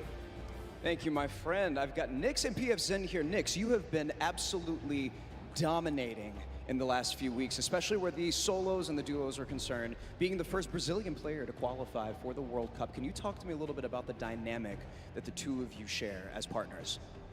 Nix, você estava dominando nas últimas semanas, principalmente para os qualifiers da World Cup. Você pode falar pouco sobre a dinâmica de vocês? Eu e o PFzinho costuma jogar bem agressivo. e tentar pegar o máximo de eliminações possível. PFZ and I, we try to play as aggressively as possible and get as many eliminations as we can. As you should in the name of Battle Royale. Right now, PFZ, you seem to balance out the fiery kind of loose cannon nature of Nyx, who is obviously a dominant player, you know, kind of helping him set up for a solid end game. What's it been like to work with such a young and fiery player like Nyx? PFzinho, você parece que você consegue contrabalançar o estilo bem incendiante do Nyx. Então, como é que é isso para você fazer esse lado mais balanceado da dupla? Basicamente eu tenho uma role de suporte, então eu meio que fico nas backlines e ele vai na frente. Quando a gente tem o high ground, por exemplo, ele tem a função de ficar embaixo matando todo mundo e eu controlando o high ground. Basicamente é um lado mais estratégico, enquanto ele é o lado mais agressivo. Basically, I have more of a support role. Whenever we're in high ground, I'm just more in the background, supporting him. Like he has a more aggressive role. Setting him up. Yeah. To fire the loose cannon at the end. It reminds me of the very W key in a West that I play on all the time, and that has really, you know, just got me cranking my 90s on a regular basis. You know about that courage, right? Am I right? Back to you. Whoa. Jordan, it's back to me. Come on, Courage, he's just found the chicken parmesan. Someone whispered the word and he went running. You just see it. Also, big shout out to Nyx and PFZ. I actually chatted with Nyx very quickly. He walked up and was like, "Hi, I'm Nyx." And I'm thinking, this guy knows how to talk. So I talked a bunch of stuff, told him how much I loved him. Turns out he didn't understand any of it. So I had to get a translator and tell him that I love him. But that's how things go. Now, of course, guys, I know what you want. You want more games. We have 4 more on deck. So I think for now, we're going to send it back up to Golden Boy and Monster. They're going to get us into these games. So how's CJ Mike Realm? Play us in.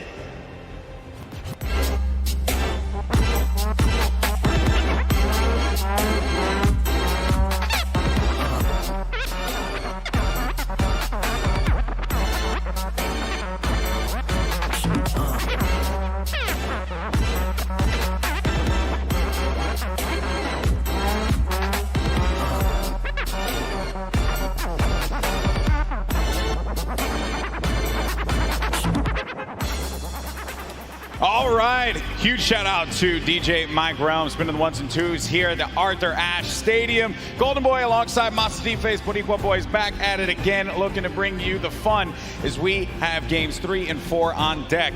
And so far, this has been one of the most exciting events I've ever been to. That game 1 was ridiculous. Game 2 did not disappoint as well, Monster. No, it didn't. I thought for a second there we're going to see back-to-back performances from Zayt and Sap. And I mean, we honestly did. Everyone that was in the top 10 contestant, even Miz and Deja, they were performing. We saw them cut it all the way through. And it's that level of consistency that's going to cut the difference in making it all the way through the top 10 and being a World Cup winner. What I've loved seeing is that standings page, top 10. International through and through. You got the Japanese players popping off, European players popping off, players from New Zealand. Everyone's putting in every little bit they can. But folks, it's now time for game number 3. The players are all loaded up in the battle bus, and we are about to take off. Let's see who's going to get that much closer to raising the trophy and being your Fortnite World Champions of Duos. Here we go. Keep it going, Golden Boy, because we are jumping into game 3 as these cameras populate. Your favorite competitors are here. They've made it this far. It's the duo competition. If you were nervous before, hopefully they kicked the bucket over this little break here, and they're back, and they're recuperating. I know I practically kicked the bucket after Vinny and Zexro won game 2, man. I was feeling it, man. It was nuts. And there they are on your screen. So the drop for the bus here, it's going to be a north to south one going right over that ice biome. It's going to cut pretty much center of the map there. And Vinny and Zexro, I'm very happy that they're performing this well, Monster. This is a duo that had so much success. Even going into the World Cup qualifiers, we all were like, yeah, this is a duo that definitely should make it. This is a duo that, hey, they could even win the whole thing. Yeah. Then tragedy struck as Zexro had a few problems with you know, arthritis and different things with his hands, and I'm make sure I'm getting that right. And I'm just bummed out about that. Good to see them here showing up, man. That's huge. I mean, that's what you expect of our competitive veterans, specifically Zexro, Vinny. They go back to as many of the LAN tournaments that we've seen, as does Zayt and Sap. But anyways, in here we have UN KBB. He's going to take down Mexi. Is Scram close by? Is he close enough? And this is a battle going down in Snobby Shores. So off the rip here, we have players getting dropped. That's actually going to be our first elimination. Lucky for us to catch that one. But there's shots coming in from the Viking Island right up above. And he just kind of turns the corner, sweeps him up, catches that full elim there. So that's his now. Got a little toe-to-toe action here, Golden Boy. Very rough situation to be in here, but Zexro now looking to engage in this one. Potentially here's going to have... We're going to go over to his POV now. Kind of get, it's a little wild, man. It's like just getting the bearings all together here, I think, for the players as well. That moment where they can just have that conversation. What are they going to do? How are they going to just implement their strategy going into the next game? What is that strategy going to be? Do you mix it up? Do you change your drop spots? These are things that are going to be so important for these players. The time that they can take to just communicate with one another. Now, Scram looking to be potentially in a world of hurt here. We heard from Nyx, PF Zin earlier on. This is the Brazilian duo. I don't think they know that. Yes, Scram, they're going to be on the hunt for him. So they know that he's around here. They're just trying to sniff him out. Yeah, and if you were in the players' lounge, you could feel the tension, specifically when we brought up the Brazilian duos, the Brazilian players. These guys qualified, and they qualified with heavy elimination. Nyx especially being one of our only players to like literally qualify as hard as you can in the, you know, for the weekend. He was at it each and every week. You constantly saw him at the top every single time. It was so impressive, and also qualified for solo, so we'll be seeing Nyx tomorrow. And then you got Scram.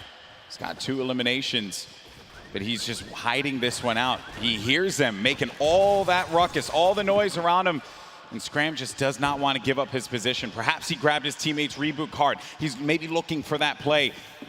But Nyx and PF Zin, they have to have an idea of where he's going to be located here.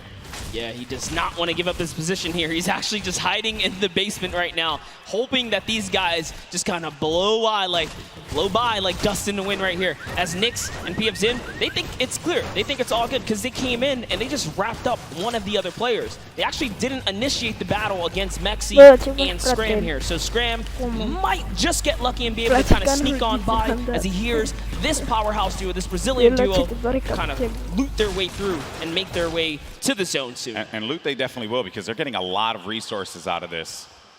Scram over in the distance. He's going to be out of there, but now we're making our way over to the action. It's happening with 7SSK7. Got Spades and Crim now looking to push on for this fight here, potentially. Got some shots going off. Crim is going to play that overlook position, getting challenged there, and trying to use that advantage from the download, a little bit of that right hand, right? Just see if he can get a peek in there. Does get tagged up, Crims. That guy does. And Spades is going to force him out. There you go. So they're just right now playing for that positioning, and I like the fact that they're using these, you know, the natural high grounds, right? Get to the top, hold it down. Don't really focus too much on just trying to get in their face quite yet. Give yourself that moment of opportunity and really get a lay of the land, and then going for the engagement. Yeah, absolutely. The best duos will try their best to isolate their opponents, really force them into, you know, very weird situations like this, force the 1v1s, and hopefully get those free shots, and then pursue the push here. So again, look at how now they're split up again. So Spades and Crims are doing a great job here pressuring and isolating their opponents right now. And so far, they're definitely dictating the pace of battle here. Yeah, that's what they want to continue to do. They're suffocating them, plain and simple, right? Not let them get any kind of movement there. I mean, Jamside and 7SSK7, they're looking, they're having a conversation of what the play is. What is the movement going to be? But închid live-ul că o să fiu live de aproape 2 ore, pe la vreo jumate, ceva de genul, cel mai lung live al meu. win there for Crimson Spades. What a clean push right there. Crimson Spades have so much to prove here because when they qualified, they were kind of looked down on like, wait a second, was it luck? Was it not? No, they're here to show it off and show why they're at the World Cup Finals. But now, hopping back with Miz and Daedra, we saw them have a great game one, came out top 10, and they're still in the running. They're in about the top 10 right now as well, based off of eliminations. Not necessarily picking up too many placement points. They're heavily dependent on just piping up these players at these points of interest, and looks like Lucky Landings is theirs right now. And they'll have that, but let's see. Miz and Daedra. They linger about it. I love the fact that you go to this hot spot here, so there is going to be a bunch of free items that you're going to be able to pick up on. Also, you're going to have that circle advantage. It's right there, so you don't got to worry too much. You can continue to focus on looting. High ground has been lost, though. Miz needs to be careful. Where's Daedra at? He's going to be right next to him, trying to get these angles. So what they have to do, they have to stick together. Looking for the sound cues right here. Can they find their opponent, catch a nice little low ground peek right here?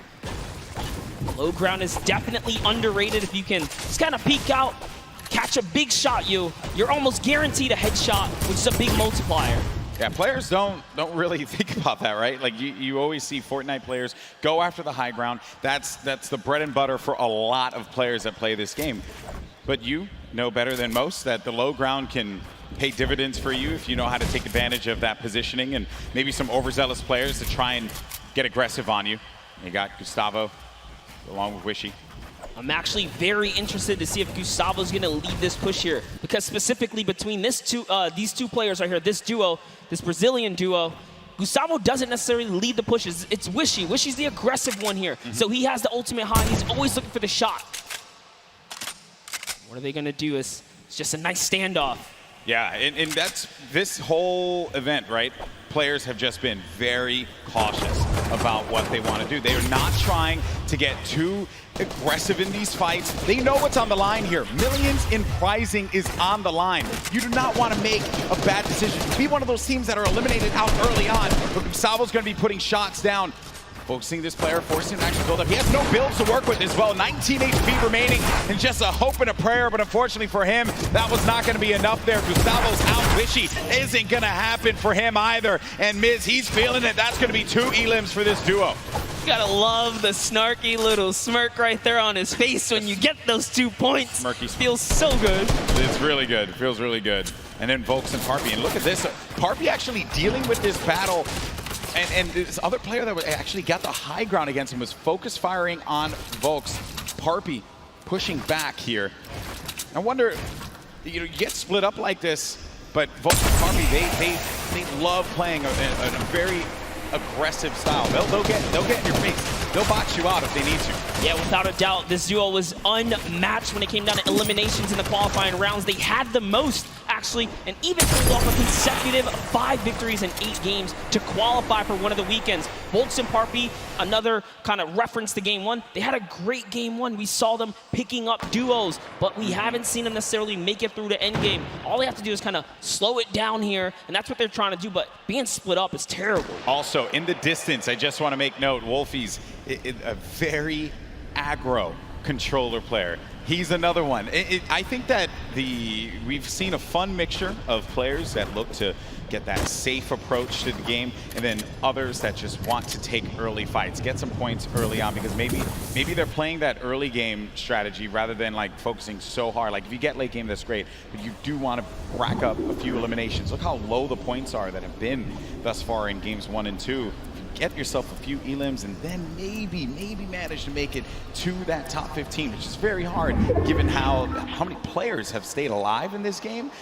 Games 1 and 2, we were at what, like circle 5, or yeah, circle 5. I think we were sitting at like 45, 46 players. They're just waiting for movement.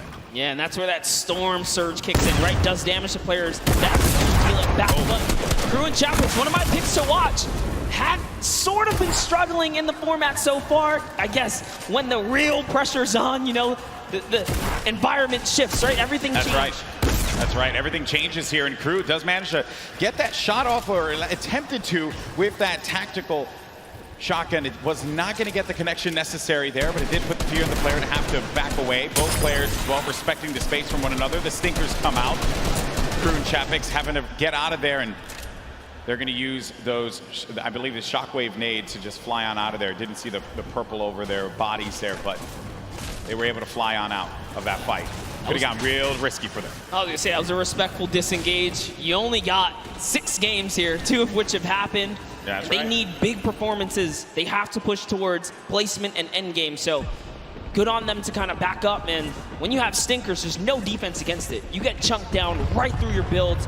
It really is annoying to go against. And speaking about the stinkers here, Epic Whale's under pressure right now, and that's just going to chunk him down. They force him off of the campfire, and we'll see if he returns to it. Yep, here you go. Yeah, you're only going to get so much time with that campfire. Epic Whale along with 40R Storm. This is a Week 10 qualified duo. Last moment you could possibly have it happen, and they managed to pull it off. Maybe this could be the game for them. Another dominating duo in the scene, Airwalks and Nikov. Airwalks winning the Pro-Am yesterday 2 times now. This is a whole new ball game. Best players in the world in this lobby. It's not going to be a cakewalk, and he knows that. It hasn't been the best run thus far for Airwalks and Nikov. Yeah, and it was their last final games there. Notice the text right there. The fast track, Airwalks and Nikov qualified for the Fortnite World Cup in their final 7 games. That's intense. They were struggling so close on the cusp every single weekend, so close to qualifying. If it was 5 placements, they were 6 or so like that. It was that close for them. But jumping in here, Crew is going to put some pressure down, and it looks like his teammate has been traded out as well. He's already gone. Also going to see some eliminations over in the feed as well. You got Crew who just cleaned up on Volks, but Septic took out X-Mend. And then I think I saw XXM pop up there on the receiving end of a shot there, so we'll be out of the action as well. Crew by himself has 1 elimination. Gonna be looking to get as many points as possible. Now we're gonna be sitting with 40 duos left alive. We're going into the next circle here in just a little bit. It's gonna start to collapse. Salty Springs is going to be the point of interest for all of our players here. Got a lot of bodies that are going to be lingering outside. Some that are even as far out as Dusty Divot, like on the northern end of it, sticking around there. So maybe trying to get some last-minute loot, perhaps. We'll have to see. Here is Parpy looking for that peak. Volks and Parpy always tend to stay together, but wait a second, that was a tricky little shockwave right there. He did try to sneak his way into the build. He takes the wall. What are you going to do with it? Crew still looking for the replacement here. He gets it on land, takes the wall. 184! Crew's excitement, you can feel it from here. That was a huge shot. With the new tactical shotgun, the legendary. That's right. When you're feeling it, man. He went right for the fight. Ambitious, the young player there from Sweden, 15 years of age, man, and he's playing for millions of dollars. So many of these players, they're just young ones. We have a lot of young fans here in the arena today. Maybe next year this could be them. And then you got a few of the veterans. Zexro, Vinny, saw Nate Hill, as well as Mongrel, Mitro, Aiden there in the corner of the screen. And back over to our Game 2 winners, Zexro and Vinny. No eliminations to their name thus far. I mentioned Wolfie's aggro controller player. He went right for Nyx. And to take him out on that one. Yeah, I definitely want to see Wolfie hopefully catch some more highlights before the weekend's over. Touch base with him. He's a great kid, definitely enthusiastic about being here at the World Cup, and he feels totally prepared. He's ready to represent. He's one of the few controller players who actually qualified for this weekend. This is a big weekend for a lot of players, obviously, clearly. Here you have Cease and Elevate. They haven't found the rhythm. They've been a little quiet, man. They won WSOE, a great duo that has had success in the past, but this has just not been their game so far. Got to get something to turn it around. The talent is certainly there. I think I saw someone on the Fortnite competitive Reddit mention, why is no one talking about Cease and Elevate? And I think it's just important to note that in order for us to talk about it, they got to start doing some things. And I think Games 1 and 2 has not been their game. Yeah, and I mean, we were there in the warm-up rounds. A lot of players were not necessarily revealing strategy, but whoa, that's a huge shot on Ziff right there as Mitro sends one flying down the field right there. Sent him packing. Dear me. All right, so back into the action at hand. We're gonna have 36 duos left in this. Notable names, obviously, Mega and Dubs. Benji Fishy, Mr. Savage. A lot of people in the crowd popped for Benji Fisher when he walked out, as well as Mr. Savage. For due reason, this is a stupendous duo. The double snipe combination from Benji Fishy and Mr. Savage. Big shot right there. These double snipes, you gotta be careful. There's no standing still in a box here because you might eat one right there. They line up another. Right. Not quite successful that time around, but hey, all damage matters. Storm Surge, you want to be dealing damage. You cannot stay idle. There are no free passes at the World Cup. Look what happened in game one, man. The Storm Surge claimed a lot of victims. You have to be engaging in fights. You cannot stay still. There's Fwexy and Letwick on the move. Nyrox right behind him. Cooler organization. Benji Fishy's going to be down. Just saw that one off on the side. Mr. Savage now having to deal with a player that had engaged on him. He's going to get built above. He just needs to wait this one out here, but Benji does get cleaned up. Yeah, and that was going to be Fwexy. And that was such a sneaky ambush right there. He used his shadow bomb, pushed up. Notice Benji was kind of over-peeking, harassing players with that sniper. You cannot hold down scope right there. He ate a shotgun to the face, and that's why Benji goes down. And I love what Savage did here. He just went for high ground. He had to immediately get out of there and leave his duo behind. So what can Mr. Savage do? One of the best mechanical players here today. What can he do by himself? Not going to be easy. Not with a lobby like this. At this point in time, he's really just looking to play the keep away game. Maybe he can pick off a player with that heavy sniper, get an elimination for himself. They only have 1 point right now, and they're nowhere near getting the placement points currently. He's still looking to harass some players.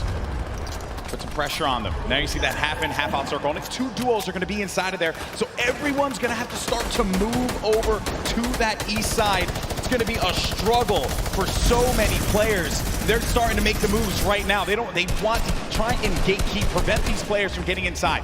This is a team we want to watch right now during this rotation. Mongrel and Mitro, they are masters at executing, especially when they have mobility like this to cut across the field. They are on the hunt right now, and there's no reason for them to rush. Once they spot out someone, they're gonna pounce. They're gonna jump on that target. Yeah, they're gonna wait for you to make that mistake. And with the nerves at an all-time high here, players are certainly gonna make that error in judgment. Saw it happen in scrims when we were looking at players just getting warmed up. So much at stake here, but there's the launch pad. It's going to go out now. Need to be wary of just getting beamed in the sky.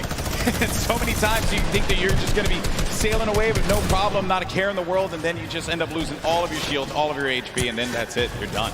I've seen it countless number of times. People tweet out, you know, you fly across, you get taken out the sky, but it's all about timing. Neither Mitro nor Mongrel was shot once on that rotation, and it was masterfully done right there. And whoa, it looks like they're tracking so beautifully. Catches someone trying to just kind of rotate on by in a shadow bomb, but that was not enough.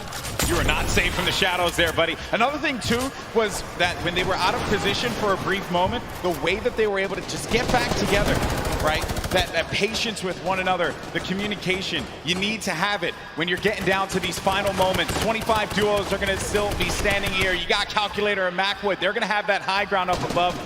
You shouldn't be comfortable just yet, because anything can happen here. Look at where that next circle is going to be going. Moves need to be made. With that RPG, I mean, they can basically take high ground at any given moment that they want nor choose. Calculator looking around, already on 4 eliminations for Macwood. Macwood did say he's the fragger of the duo. We'll see if Calculator can keep up right now. I am just poking good fun because Calculator loves to talk a big game on the social medias. He really does, man. He's a character without a doubt. But right now, there is no fun and games to be had. This is game 3 of the Fortnite World Cup Finals. It's time to put up or shut up for a lot of these players. Look at that, wasting no extra mats. They do not waste more than they have to. This was earlier on.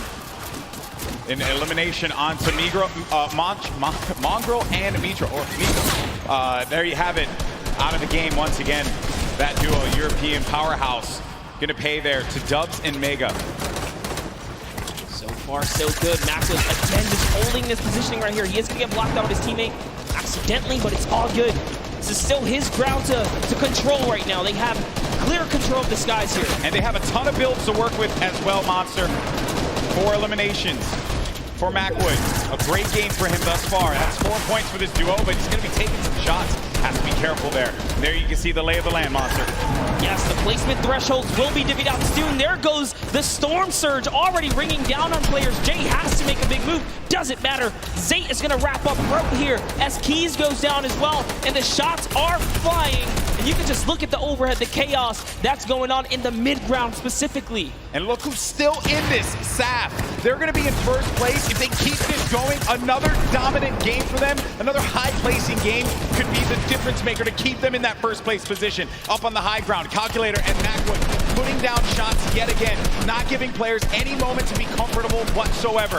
Look at the names that are here, though. The Rockets now starting to fly by Wolfies. Wolfies having to defend himself. Zate's going to be out of this one, so now it's going to be up to Saf. And Saf, he had to see his teammate go down, but his back's going to be to the Storm there. Now looking at Mega, who's waiting this one out. He knows on the right side of your screen, you can see it down low, that these players, they're going to try and force their way into his box, so he has to play defense. He has to disengage. And there's Saf, who just lost his teammate Zafe. Now he's going to be running this one solo. And then up above, it's Macwood and Calculator. This whole time, they picked up 3 eliminations from that whole exchange, Monster. That's exactly where you want to be. They're still putting this pressure down. And Zaf is looking for one, but it's Vinny who's going to take him out right there. So Vinny's going to find his first elimination, and he has so much health. He is in the game right now, although by himself because Zextro is down. And now Oslo, Bad Sniper, one of the few duos that are still left in this game right here. Arkham somehow, with a masterful rotation, he's still in as well. Bad Snipers at 11 eliminations with Oslo here. Wow, unreal stuff. Bad Sniper is going to be out of this one. Macwood and Calculator still owning the high ground on the mid. Down below, Dubs and Mega, one of the premier duos here at the Fortnite World Cup Finals. Could they get the high ground and wrestle the control away from Calculator and Macwood? Oslo waiting for Vinny. You can see that engagement down low, but we got to focus on what's going on above here because Macwood and Calculator, they have their eyes on Dubs and Mega, and they do not want to give them that freedom to dictate where they want to go. They want to try and pinch them. Arkram just eliminated Vinny on that, and it's going to be Oslo and Arkram down low, but you're going to have a clash, a 2v2 in the high and in the mid ground, and Dubs and Mega feeling that pressure, needing to just dial back here, wait a minute, because I think what they're doing is they're just trying to see if they're going to run out of builds potentially. I mean, the play here certainly has just been defense, defense, defense. Yes, that's right. Oslo's now left by himself. All he has to do is time this firefight, so long as he doesn't bother them. But Dubs and Mega try to go for the high ground and make a fatal error. They fall to the low here, Golden Boy. This isn't looking good there. Mega and Dubs, they have the low ground, the ultimate low ground. Oslo's going to be outside, but they get the elimination. Calculator and Macwood, they're holding the high ground, and that's the victory royale. Macwood pops off in game 3. 7 eliminations for him, 2 for Calculator, 9 total, plus the victory royale. 19 points for that duo. Crushed it.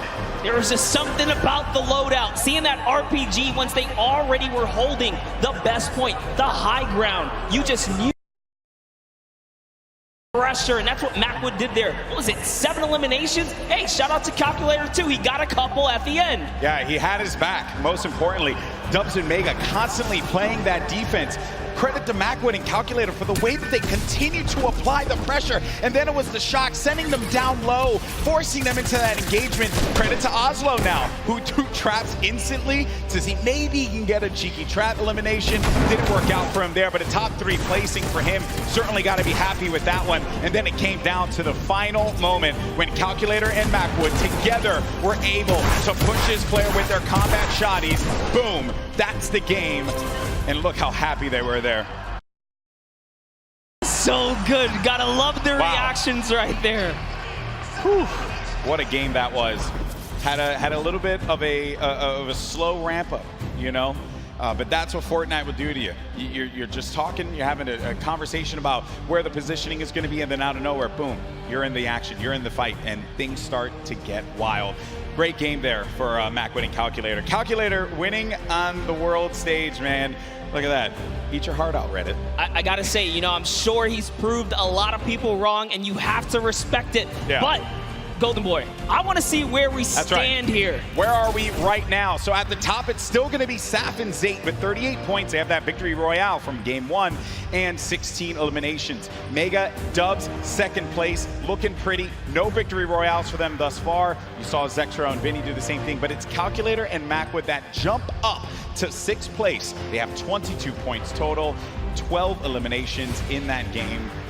They're finally in that top 10. I want to take it one step further. Bad Sniper and Oslo jump up to 13 total eliminations. They didn't have anything up until this point. They just had one great pop-off game. Yeah. And suddenly they're in the running here. It is anyone's game in the top 10 because you have to be consistent. And again, there's always those wild cards, those pop-off moments. And here's a look at page 2.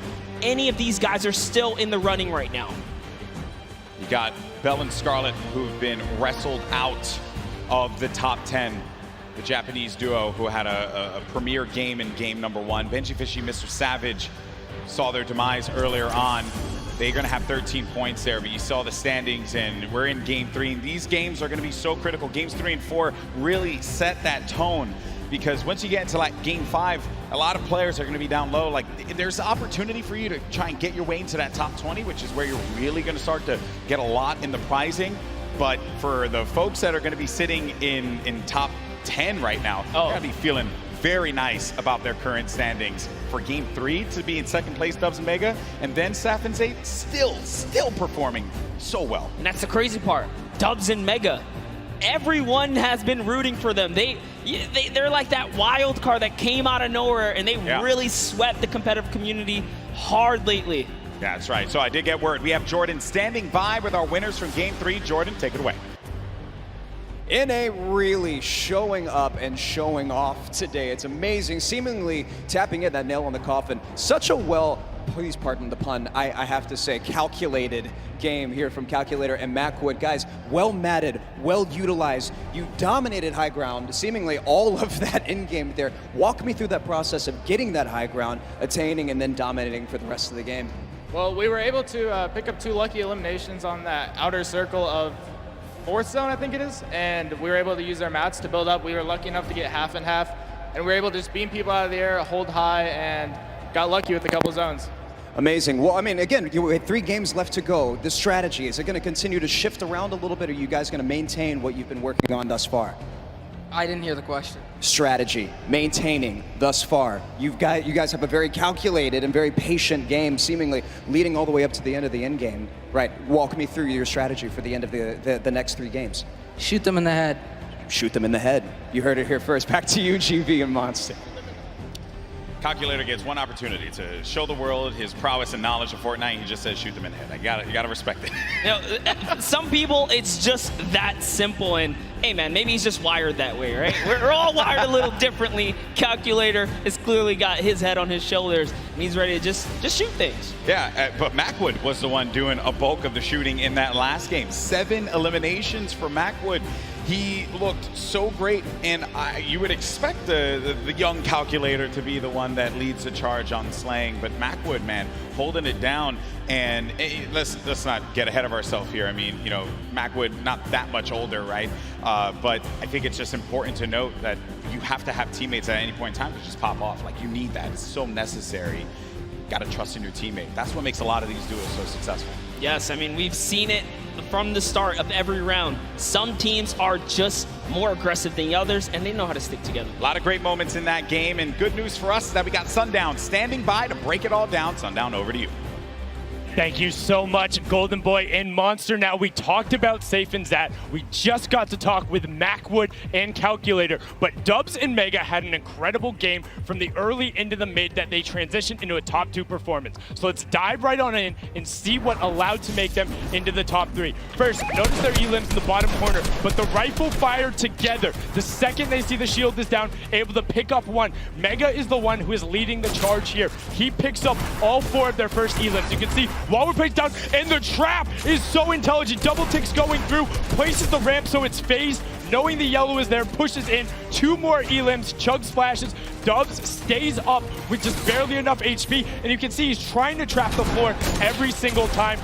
Gets the mid-ground control, 5th Elim for Mega. We talked about how high their ceiling was, unfortunately using the Shockwave to go down and end up at a low ground disadvantage. Calculator and Macwood able to ride it out, but now Mega and Dubs have pushed into that top 3, challenging to be the first ever World Championship duo. The team who has possibly the highest ceiling, full qualified solos and duos. The question is, in the last half, the last 3 games, will they be able to keep it up? Will NA stay on top? Will Serpent and Hype represent Oceania and upset the apple cart? I'm about ready to see some hype myself. Let's throw it back inside for the last 3 games. Gentlemen, take it away. Well, if you want hype, got you covered, baby, because these games have been incredible. And if you're just joining us for the first time, welcome to the Fortnite World Cup Finals live from New York City. We're in the Arthur Ashe Stadium. Game 3 just concluded. We had 3 different winners across 3 different games. This is our duos competition.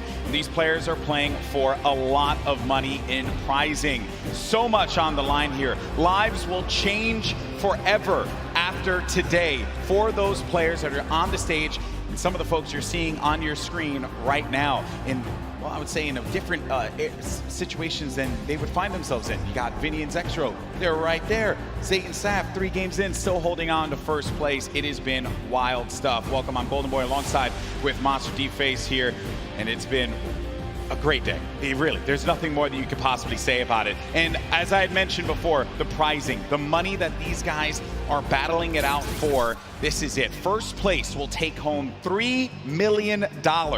Second place gets $2.2 million. Like, that's just absurd. You get in the, where is this here? 4 millionaires, 4 millionaire duos before the weekend is over, not to mention all the fame and clout that comes with it. So I think you'll be pretty well off at that point, but everyone's a winner here. We're here to celebrate all of the competitors that made it this far to the Fortnite World Cup final stage, because those 10 weekends of qualifications were not easy. Yeah, when you get into 10th place, that's where you really start to rack up the coin. But Game 4 now about to begin. Here we go, folks. Let's see who's going to come out on top. We've had 3 different winners, but our top performers have been consistent through and through. Are we going to see a repeat winner? Are we going to get a new one to add to the list? It's now time. The battle bus is loaded up. Let's start Game 4. And you know what? Every game so far, we've seen a new winner. I love that. Same thing with the Pro-Am. There was always some new duo showing that, hey, we've been playing this game. We're ready to take a victory. Everyone here has the potential to come out on top, and you see it unfold in those final moments. Throughout the weekend, we've been doing interviews, meeting with fans, and talking to people, and a lot of folks have asked, who do you think is going to win? And I know it sounds like a cop-out answer, but I'm very real with you all. I have no freaking idea because it truly is up. It's up in the air. This is a battle royale game. At any point in time, you can have Macwood and Calculator just having the game of their lives in Game 3, and now look, boom, they're going to be sitting in the top 10. I mean, how do you even predict that? We nearly saw it with Zayt and Saf. I think anyone with good logic can clearly put their money on people that have had prior experience, but even that is not enough because Macwood and Calculator showing that, hey, you know what? We don't even need that. We're here to slay. Dubs and Mega, they're in second place. They made their names in these qualifiers that led us up to this point. They did not find themselves in land. This is the first time these young men are up there playing on this stage. When I was their age, I couldn't even believe that I would be capable of doing something like that. And they're doing it, and they're doing it with style. And then to make matters worse for everyone else in the server, they've been so consistent, deadly through and through. Yeah, that's right. And they're in second place, no victory royale. So just showing that if you step to their box, you're gonna get hurt. We saw Mega with a masterful, and I mean beautiful performance under Storm Surge pressure. He didn't even blink an eye, still fighting other players, fighting his way out of that desperate situation. Volks and Parpy, let's just hop into this duo right here. We'll talk about them a little bit. They are known for sticking to the hip in PvP. Earlier today, we saw Volks get traded out, but it wasn't just like an easy trade. They were actually winning the engagement up until that point, just showing that they have the skill. And that's the OCE region, right? One of the most feared regions here at the qualifiers because of the fact that you just had to get a ton of elims. You had to be #1 in the region. When talking to players, I would ask them, what are you looking to avoid? And every time, if it was, you know, the NAEU players, they would say, I'm just trying to avoid OCE or Brazil. I don't want to have to deal with that. Because they play the hyper aggro style, and they just don't care who you are. They're going to go for the fight. I mean, you saw Scarlet and Bell in that first game. I truly thought they were going to take the whole thing. It was so close. Even Sinnoh in the Pro-Am yesterday, another top player he finished second. Region, finished second. And he was just, I know it's a Pro-Am, obviously a different competition there, but he was just going into boxes. He didn't care, not a care in the world for them. Now, Vokes and Parpy do find a player up above here, right by the jet stream. And he hit him once for whites already, so that means there is no shield on that player. You can have up to 100 effective shield. That player's dangerously weak, and Vokes is just keeping an eye on him. He doesn't know if he's slipped out already, and he says, you know what, I'm gonna go back to my teammate. It's a little too risky getting split up here. Play for the mid to late game in this situation now, but 7SSK is going to be dealing once again with Spades and Crimson. It seems like just a constant for them. They cannot seem to win out on this fight. Crimson's going to be down though, so the advantage could be going in the favor of Jamside and 7SSK. Spades going to have the high ground, now having to deal with a 1v2. Does he have what it takes to pull this one off? He doesn't own that wall. He has no more builds to work with as well. They're going to push out, and Spades couldn't deal with it, and that's going to be the win there for those two. You would think for Jamside and SSK, like, hey, you know, we've been landing here, haven't been successful. Do you mix it up? They say, nah, I'm going to stick to my guns here, because everyone's a winner, regardless. The VP boys coming out on top. Week 6 qualifiers for them. And they just need that game, that one game. So many of these players get that one game that catapults them into the top 10. And then the momentum shifts, the confidence starts to rise up. You think to yourself, I am capable of being able to do this. Mongrel looking for it right here. Love this dual perspective right now. Mongrel's actually looking for a side angle. He's going for the offense, pushing out. Is he tracking this player down? It's really hard to tell. They're getting into, really just going deeper into Neo Tilted. If you hang on the outskirts or by the slips, you're at huge risk for getting dived onto. It looks like they say, you know what, we're just going to continue to push on through. Those guys dive off, and those markers are actually the trackers. They say, hey, they're going this way. Mongrel still wants a piece of this. Keeping up with where players are moving in the crowded Neo Tilted, a new area that was introduced just a little while ago. Some players made Tilted Towers their home. This was a drop spot for so many, the likes of Nick Merckx, Aiden, right? But ever since it changed, you started to see players second guess whether or not they wanted to go to the new Tilted. Talking to Aiden earlier, actually when we went out to go get pizza and stuff, he had mentioned like Tilted's just a whole different beast now. Just not something that he really would want to deal with. That's why you don't really see him going that way anymore. Yeah, it's just a different lay of the land. As things start to shift, different comforts kind of tend to evolve and whatnot here. But we have Twiz in cover H looking for a push down right now, and they have the positioning, they have the high ground, and it's just a matter of, do we want to dive down? They don't want to give up their angle. They know this duo below them have a flint knock. Flint knock can do so much damage if you peek the wrong way. Minimal's gonna hit you for about 80. This duo from New Zealand, we had a chance to talk to them for that piece, and great to see that friendship, the communication that they'll have for one another, something that a lot of these duos that came together for the Fortnite World Cup duos portion of the finals don't really have. They don't have that cohesion, that chemistry that these two will have, right? That Saf and Zate would have as well. Crazy to think there's 89 players in the lobby and 48 duos, so a lot of disengages, a lot of solos out there right now. Keenstar and Hunter looking to defend themselves right now, and it's just a cat game right here, cat and mouse game. What are they gonna do? They actually shockwave on out of there, and into the slip they go. They're out. They're trying to get away. That was a shadow bomb right there, and he's gone. Yeah, I was a little worried about that duo that was coming in, but the storm is creeping up now. This is only phase 1. Nyx gets knocked by Zexro. Saw that in the elimination feed just a second ago. Item and Derox out in the wide open. And it looks like, actually, they saw Mend right there building by himself in a one poor wooden shack, and they're pushing the shack now.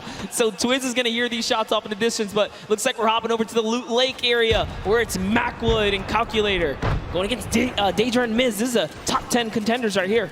The Game 3 winners now having to deal with Daedra and Miz. Shots as well, snipe shot. You just heard that one squeak by Daedra. Need to be careful there. There's some more shots being laid out. Disengage as well. And they're just really pushing them away from here because you got to get to that safe zone. Don't want to have to deal with the storm, obviously. It's still early games here, so you're not going to be ticked for too much. But you're really looking for this next zone. Where you're going to start to move here. And this, again, the game is going to be so slow in the start because as you get closer and closer to the end, game 4, critical game, Monster. So many points you can earn from this. Flying into the top 10 potentially if we have a new winner that was outside of it. This is where players start to, I guess it really sets in on them that they're going to be playing for $3 million in prizing. Yeah, if it hasn't already. I don't know what world they're living in, but here it is. Twiz goes for the shockwave overhead, and it's Dirox who eats a chunky one right there. Cover H looking to chop this bad boy down. In comes the Sinkers. Is it going to be enough, though? The pressure is so real right here. Twiz and Cover H doing it not only for themselves, doing it for New Zealand, their families, and everyone watching them at home. And that is going to be one elimination through. I saw that one pop up. That's number 1 for the duo. The challenge comes in, and that's the win there. 2 elims total. Twiz gets them both. He tried to get out there and play the trap play, but it was not enough. 7 SSK and Jamside have rotated in from Paradise Found. Oh, no. Oh, no. Down comes the build. Oh, no. They should be close enough. Yeah, he is going to be able to catch himself, and the build battle goes off, Golden Boy. Cover H is going to be down. Jamside. 7 SSK 7. You're looking at Jam's perspective here. Going in for the fight, and after winning that one out, it's going to be Jam and 7 SSK 7 that get the better of the boys from New Zealand. They found their stride coming into game 4 so far, and that means they're in the running right now. 4 elims is enough to put you on just about page 2, top 20, and we talked about it. If you can make it to that top 20 bracket, you're still in the running so far because there are several more games left before this thing is over here. This Calculator finds himself very high in the sky right here. He's got a nice little base, and they're just waiting. Yeah, waiting it out. Norwood's going to be beneath them. And those are the players that were forcing him out before. Oh, no. Starting to hear the explosions, knocking him out. Wow, he actually sent a shot when the Splode came in and hit Cease with that? What? How was Cease knocked right there? Just, again, when it comes to Fortnite, you never know what you're really going to expect here. Players will always pull something out of the hat and surprise you each and every time. I was looking over at Macwood, who's playing defense. Calculator now really having to deal with 2 players angling shots at him. Macwood back into a fighting position, a fighting posture to help his buddy out. And it's so unfortunate because they were just about to push to seal the deal and elevate there, and that third party up on the mountain ruined that push. Slows things down. Elevated Seas having to deal with the Stinkers. Will be moving out of the fight now. I love it right there. He uses the Stinkers to back him off, and since he doesn't take friendly damage from it, he pushes right into enemy territory here. He's so offensive. He's on the enemy traps. Oh, man. Macwood gets owned right there. Not what you wanted to see happen after winning game number 3, but Elevate and Cease, we mentioned them before. They just need that moment to pop off so everyone here in New York can see what they're capable of. Such a great duo, but now having to deal with another fight. But to Elevate, what a shot there on Calculator, sending him packing. Calculator did a great job, though. He did win his straight off against Cease. Ronaldo and Zip are just nearby, though. Looks like they've heard the commotion. They're getting closer. And it's Norwood. Norwood's lurking about. He was like, you know what, getting closer, trying to see what he can do here. And Zip's going to fall down here because of the shockwave. Yeah, Norwood was the one down low, hearing all of the action happening. Zip and Ronaldo now in front of us. Do they manage to get this wall, just get ownership of it? But the ramp is going to be placed, giving him time to wiggle out of that moment of time. And Norwood actually used all of his shockwaves there to disengage. Yeah, it's not really worth it. By yourself, evidently. Oh, man. And that's Norwood. Norwood tried. He didn't get far. He did not get far at all, my friend. But there's the other duo right in front of him. Zip and Ronaldo have him in the sights. Ronaldo's going to be on the other side now. Engaging in the fight, not taking any damage. But Such a good job, though. Good job by Zip here to come in and back up his teammate right now. He is trying desperately to get to his teammate here. This is great teamwork. Now they have the pinch lined up, and the trap is down. That's a siphon for Elevate right there. That siphon could be the difference maker for him. Ziff doesn't have any shields. Needs to take a moment to just pop the minis. It's a little bit of a reset here. He's still in this too, so he didn't get knocked. He's not full eliminated yet. Which is rough. You don't convert the Elim, you don't get the point either here. As Elevate is doing a great job on defense, but the Campfire heals down players as well. This is actually really, really smart of them to sit on the Campfire right now and just wait and buy time. Always looking to set up the phase through right there, trying to get through the build. Some shockwave comes out, and close but no cigar. Such an intense fight between these two. Oh no, someone thirsted. Snappy, he went for the shot from the distance. There you see him right there along with Red Rush. And then Zip down low on this island, using not only the rocks, but also this metal that he had just built up for himself to get out of this. Zip is the target of the server at the moment, as everywhere he moves, he cannot seem to catch a break, but he is going to find a little bit of that high ground real estate right here and hopefully ease up the burden, but nope, has to change layers again. And now let's go ahead and take a look. Oh, and Zip is out of here. Funk, I could have sworn I saw Funk there, but no, I think it was, that was Elevate. Apologies, that was Elevate that did get that. But the secure was there. Moving on now, taking a look at the other side of the map. We have Stompy and Shinken still in the game. Mongra and Mitro, Benji and Savage, Aqua. All of these duos, very, very powerhouse duos here. Yep. Close by right now. 4 eliminations for Benji Fishy. 36 duos remaining. It's going to be a loot late circle. So some water. Players will just have to build over. Nothing that these guys can't handle. A lot of open air though. Lots of open air. All right, Benji's at 4 eliminations here. He's been having a good game. They've been playing well. Playing very good. 4 elims. Just the final moments, right? This early in the game to have 4 elims is actually huge, and I love what they're doing right now, just fishing for damage, because Storm Surge, you never want to be under the pressure of the Storm Surge. They know that with 50 players in the lobby, dependent on the zone, Storm Surge will activate, excuse me. So Force Sinkers is the perfect tool, perfect utility to have. Can take some damage down on any of these players, getting comfortable inside of a box. Now looking at this, got Vinny down low in a campfire. Saw Aiden and Sean there too. Had a few good moments for Aiden and Sean. It hasn't really been their event so far. Dude. 6 elims. That's insane. Having 6 eliminations already.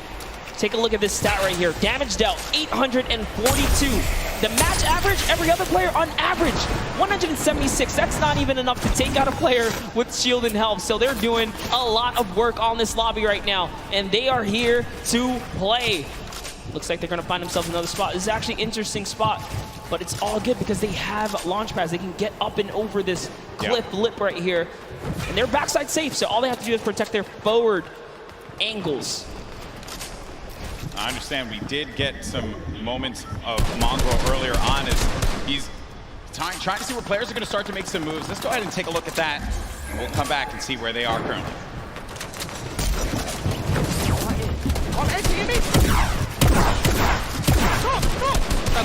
Let me go. Oh my, I'm dead. Nice! Nice! Oh my god, nice!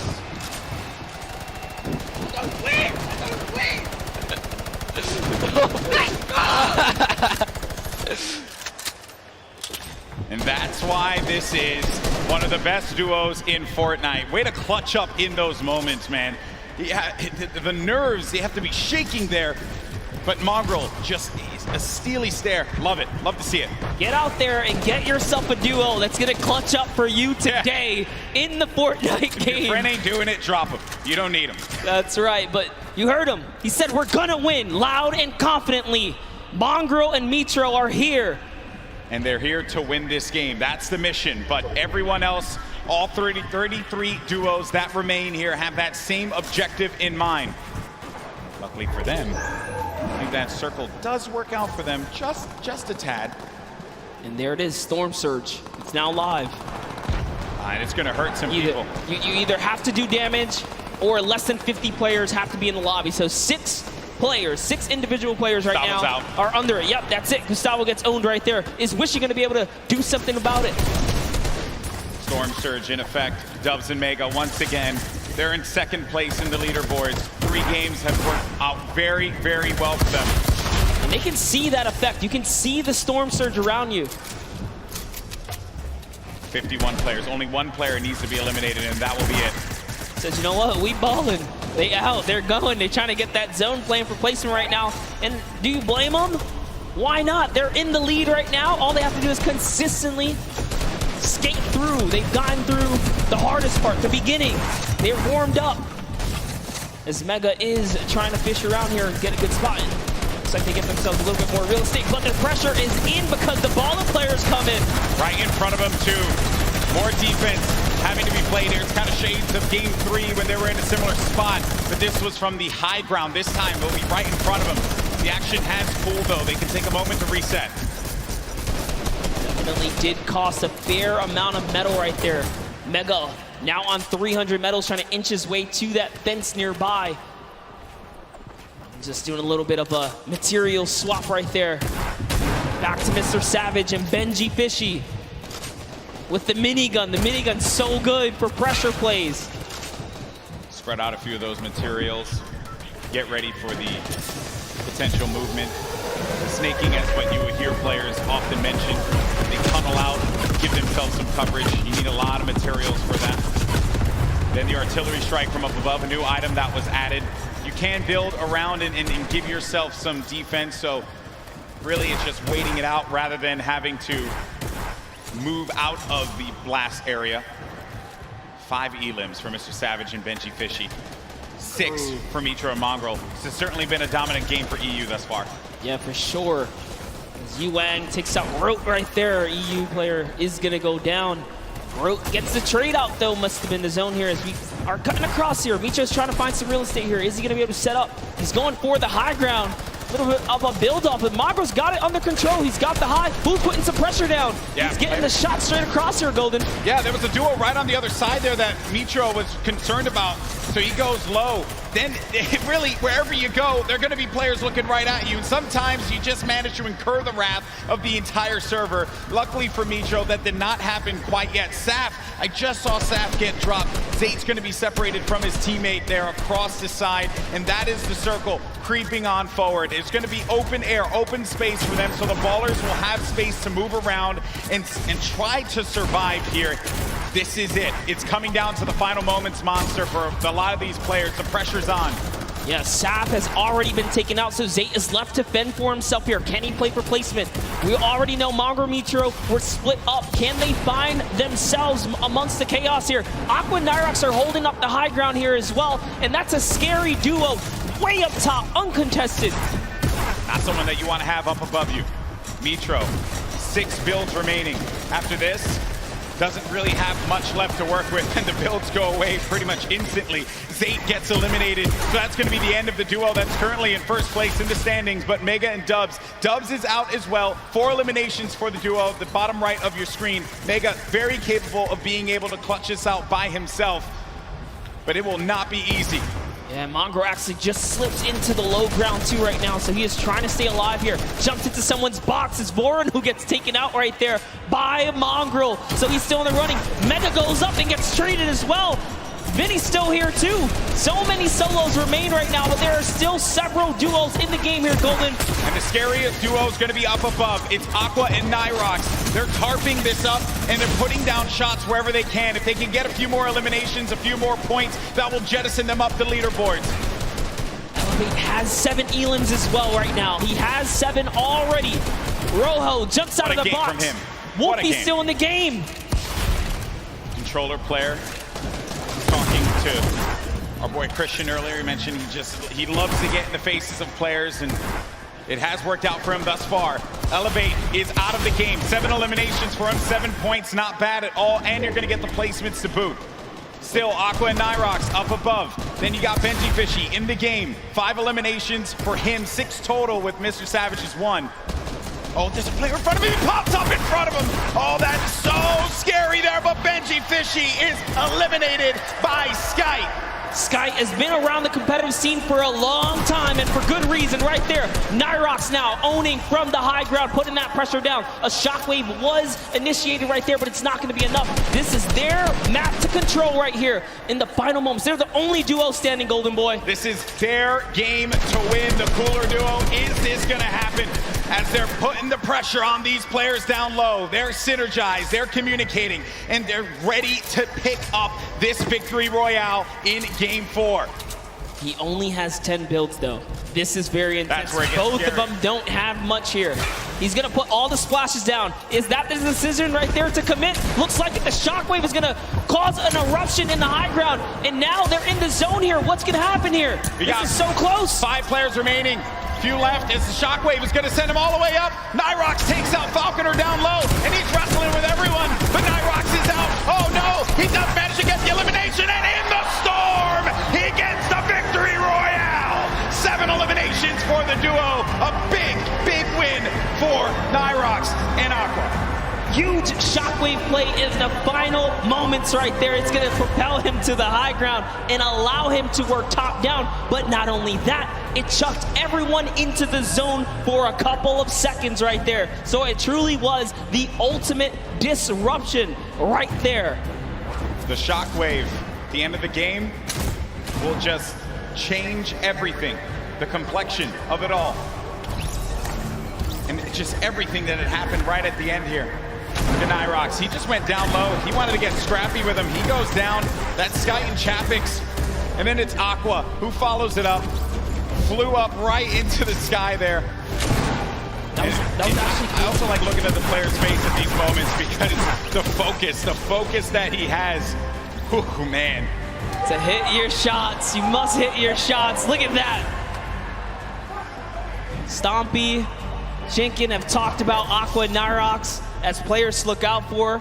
They're scary competitors on the scene, and good to see them take a victory royale. Yeah, in EU, right? So we've had 2 NA, 2 EU now. You know, getting a little scrappy out there. Spicy. I like to see it, right? Everyone's like, EU, where you at? NA, where you at, right?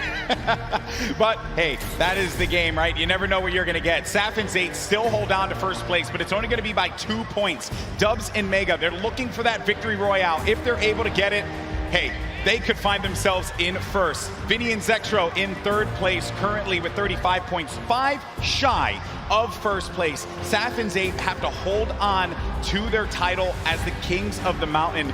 And in that last game, they just could not put it together.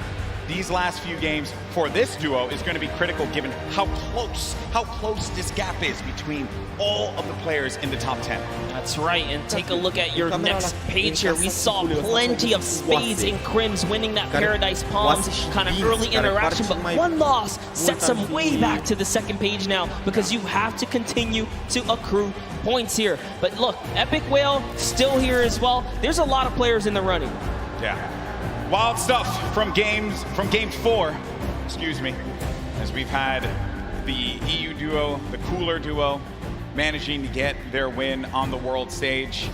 I know that we're gonna have Jordan in a little bit with the winners. He's getting everything together. I want to hear from these players, and good news is we are gonna do just that. So let's send it on over to Jordan, who has our winners standing by. A massive shift for EU here. We all know that shockwave grenades can absolutely shift the balance of in-game, especially allowing you to propel yourself up and work your way top down to dominate and control what was the most exciting final moments of in-game here today. What is your plan going into these next couple of games? There's a lot kind of hanging in the balance here, right? There's a big momentum shift for you, and you have the opportunity to kind of go any direction that you want. What's your plan? Our plan is just to keep going what we're doing right now, just landing our spot and going for consistent placement points. Consistent placement points, that's key and can absolutely take the Vic Roy home, as you saw just now. Back to you, GB and Monster. Thank you so much, Jordan, for that one, and stay the course. No reason for you to adjust anything. If it worked out for you there, clearly you're doing something right, Monster.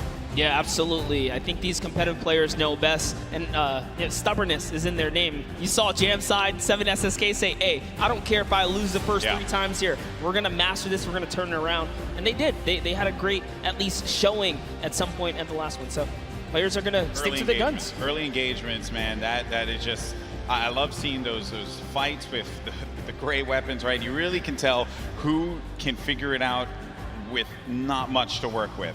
That's always the challenge that players have to deal with in the beginning of a game like this. Now, I do understand we have Bala standing by to break it down and what we saw in Game 4. Bala? Yeah, well, Aqua and Nyrox definitely showed up here today, and the resurgence of EU is maybe starting. We've got 2 more games to go, but I want to talk about Mongrel and Mitro and what they had to do in this game here. They actually ran into Zexro and Vinny. We're going to start off. GB, you were talking about early game engagements. This is one that's been going in the duo of Mongrel and Mitro's favor against Skeptic and Clicks in Neo Tilted Towers. The pressure here from Mitro to find out exactly where the first player is. Mongrel up above, then targeting on both. They try to get into the same box at the same time. They go down and just continue pushing forward. Mongrel and Mitro, it's the second time that they win this engagement here today, and it's not stopping. They continue forward onto Volks and Parpy and just try to hunt down everything. There Clicks is trying to escape as well.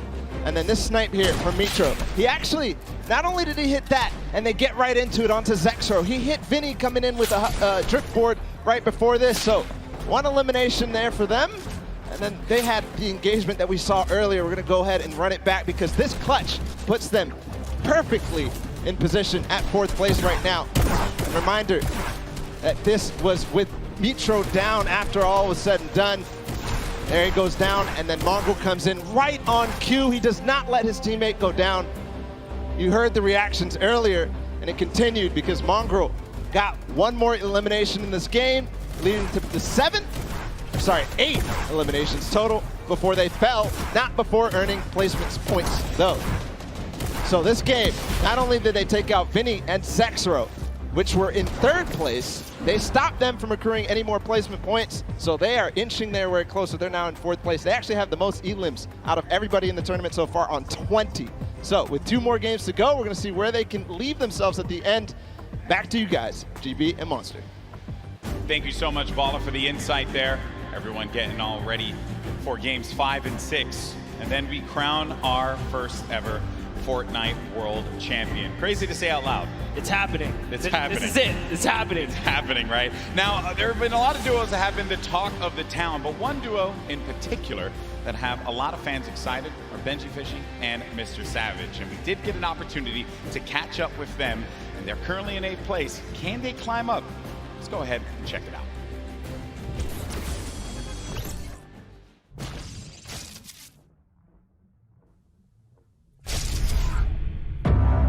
This is a scary duo. Benji Fishy and Mr. Savage. Our communication is probably the best in the world. I'm gonna rift us. Yeah, go. I just think we're on another level. Behind you. Double RPG, 3, 2, 1, go. Absolute destruction there.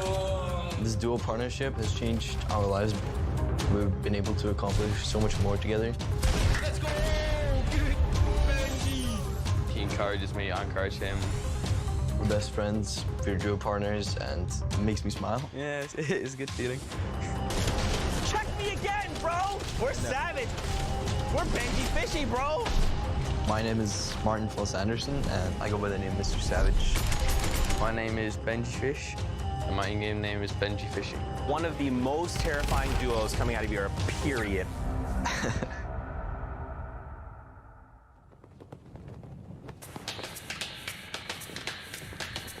We live in different places, but we talk every day online. I live in Oslo in Norway, and Benji lives. I live in Surrey in the UK. And I travel to England to like meet him, see how he's doing here. He has my back. If I ask him something, he'll help me out. We don't actually just play Fortnite. We play other games when we just want to have fun. We have a lot of the same interests. He's always really humble. I love his personality. Yeah, we're great friends. Shoot. All right, yeah. Shoot. All right. I'm too good for you. There's a guy northwest of me. He has an RPG, I'm north. The reason why we're so good at playing duos is because we both have super good mechanical skills, good chemistry, and communication. Okay, 120. Knocked one. Let's go, dude. Everybody knew in the community that Savage was one of the best players in the world. He knows the game really well, so he makes really good calls. Benji's just so insane at just eliminating people. Benji Fishy is dialed in right now. He just follows me perfectly. He fills in the gaps that I can't fill in. You'd think a fish out of water would be harmless. Not this fishy. Not today. People were definitely scared if they see some fishes running around Happy Hamlet. You'd think fishes weren't really that scary, but Fortnite, it's quite the opposite. We're in a really good state right now as a duo. Let's just cross Loot Lake. I think there's people on the other side. We're playing super well. Players, they continue to go down like flies. We've been practicing. It's really nice to, finally be able to prove ourselves. Benji Fishy Savage. I think we're just going to show people how good we are.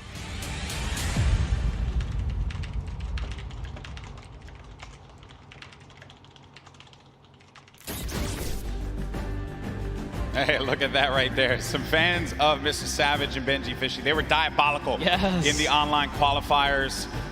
And maybe, just maybe, with these last two games, they could pull it up and get themselves into top 3, maybe even first place. How crazy would that be? Let's be honest, we've seen them do very well so far. Maybe not the performance they were looking for. I know they want to pull a victory. They have everything it takes. They can muscle up from 8th. Yeah. They'll be up there. It's going to be a challenge for not them, but every single player. But we're going to go to a quick break. When we come back, games 5 and 6, and then we crown our first ever Fortnite World Champions. We'll see you on the other side.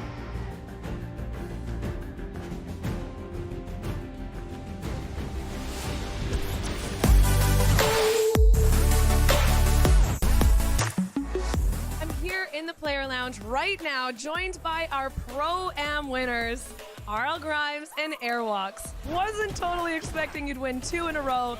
Can you walk me through those final moments? It felt really good. I don't think I would have won if I didn't have him. Now, RL Grime, you were holding your own, you were keeping up, you were staying alive, you were getting eliminations. How did you change your playstyle from last Pro-Am to this Pro-Am? I think we learned a lot from the last one. Just that you should focus on late game a little bit, and I just sort of let him lead the way and made it happen. How did it feel to play with a potential World Cup duo winner? It's amazing. I'm actually going to come tomorrow and sit in the stands and cheer for my man Airwalks. Yeah. Maybe make an Airwalks sign and wave it in the air? Maybe a 98 bot sign. I'll hold it up. Good luck on the event tomorrow. Congratulations on winning. Congratulations on winning. Incredible, incredible gameplay throughout Fortnite World Cup Pro-Am.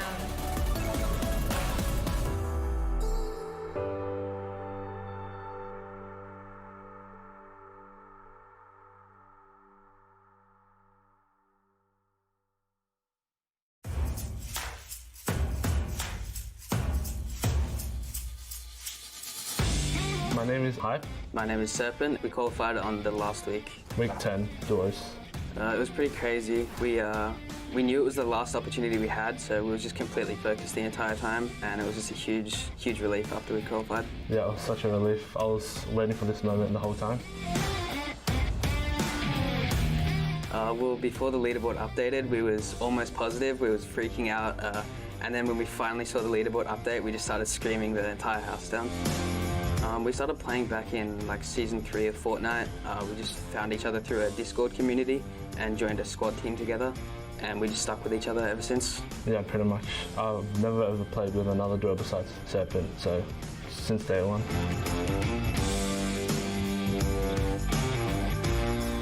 we both make calls. Yeah, we both have things we're a little bit better at, but we try to take the roles like evenly. I'm just really excited to play with everyone from all the regions. Yeah, I would say from what we've seen, OCE is a lot more aggressive play style because we go for a lot higher point games, whereas yeah, NA and EU, they have like way more passive play style than us, I think. It's a dream come true, to be honest. It's all I've wanted to do is just play games, and to have a huge opportunity like this is amazing. Yeah, it's pretty much the same, but yeah, just crazy opportunity to be able to play against the best players around the world.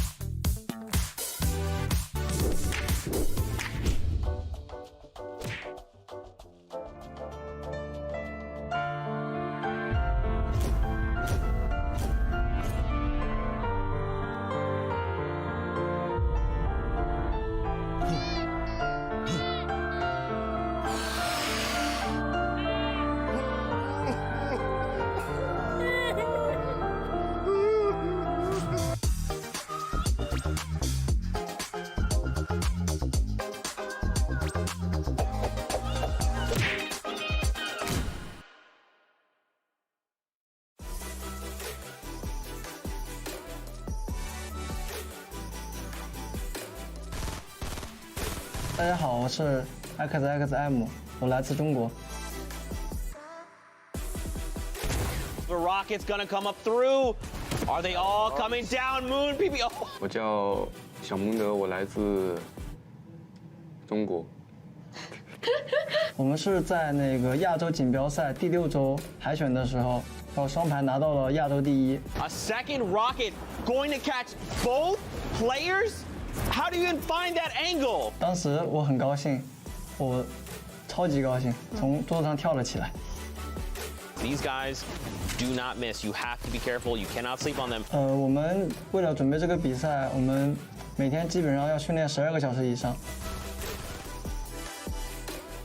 我想我到现场的话，我的心应该会蹦出来。我希望他们可以好好的去看这场比赛，因为能学到很多的东西。 And it's over before we could even say anything because Xpende and XXM just destroyed them.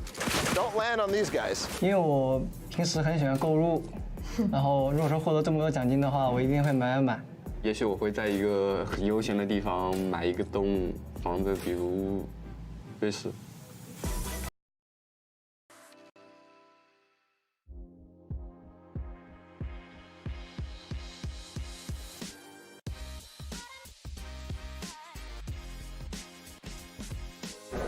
There you go, bro. Nice to meet you. Enjoy your weekend, okay? Thank you. Newfound respect. Let's see you guys play yesterday for the first time. Yeah. A lot of skills. It's good fun. It's really good It's fun. pretty cool, man. Very impressive. Hey, man. How you doing? Nice to meet you. I've been following you for so long. It's crazy I'm here. I can't believe this. Can I? Okay. Can you say Lucas is the best Fortnite player? Lucas is the best Fortnite player. Okay. All right, guys. We're here with Ali, and he has a message. Very important message. Lucas is the best Fortnite player, okay? Thank you, man. Thank you. No worries. Thank you so much. What's up, buddy? What's your name? Kevin, man. Kevin, nice to meet you, bro. How are we doing today? Doing good. Congrats yesterday, man. Thank you. Yeah, it was crazy. $1 million jump. My teammate really clutched up. Yeah. Have a good one. Yeah. Boom. There you go, buddy. Yeah, thank you. I appreciate it. Have a good one, man. You're my brother. That's your biggest fan. Really? Yeah. Awesome. Love that. Love that. So, man, what's your name? James? And Justin. How we doing, boys? Sign right there. All right, good. Having fun at the event? Good, good. That's what I like to hear. Yeah, it was fun. It was fun.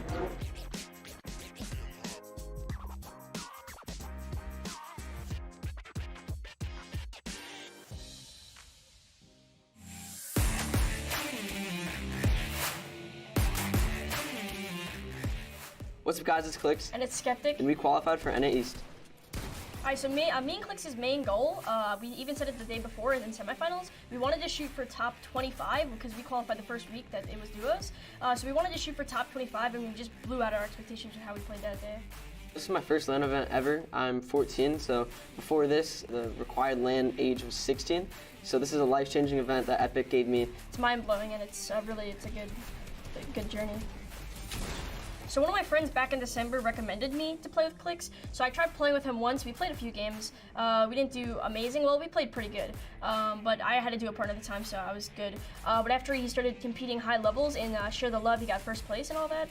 I hit him up and we decided the game. And then the first week, we probably played for 3 days, and that week we qualified. Yeah. So we had 3 days of practice and somehow qualified.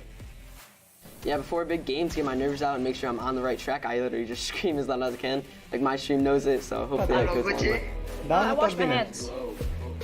I'm not joking. No, I wash my hands. I have to get the perfect grip on my mouse side.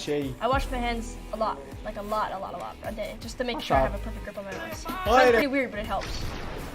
Tons of people ask me questions on a daily, like, how do you find the right sensitivity? And I feel like that's obviously the big mechanical way for the game. So I just tell people to stick in one sensitivity, and it really comes a long way with my aim, my building, everything like that. I say practice makes perfect with everything in life. Just I think about the game. The more you practice, the more you playing creative, the more you'll get mechanical game wise. Quando si termini di show dormir pescão.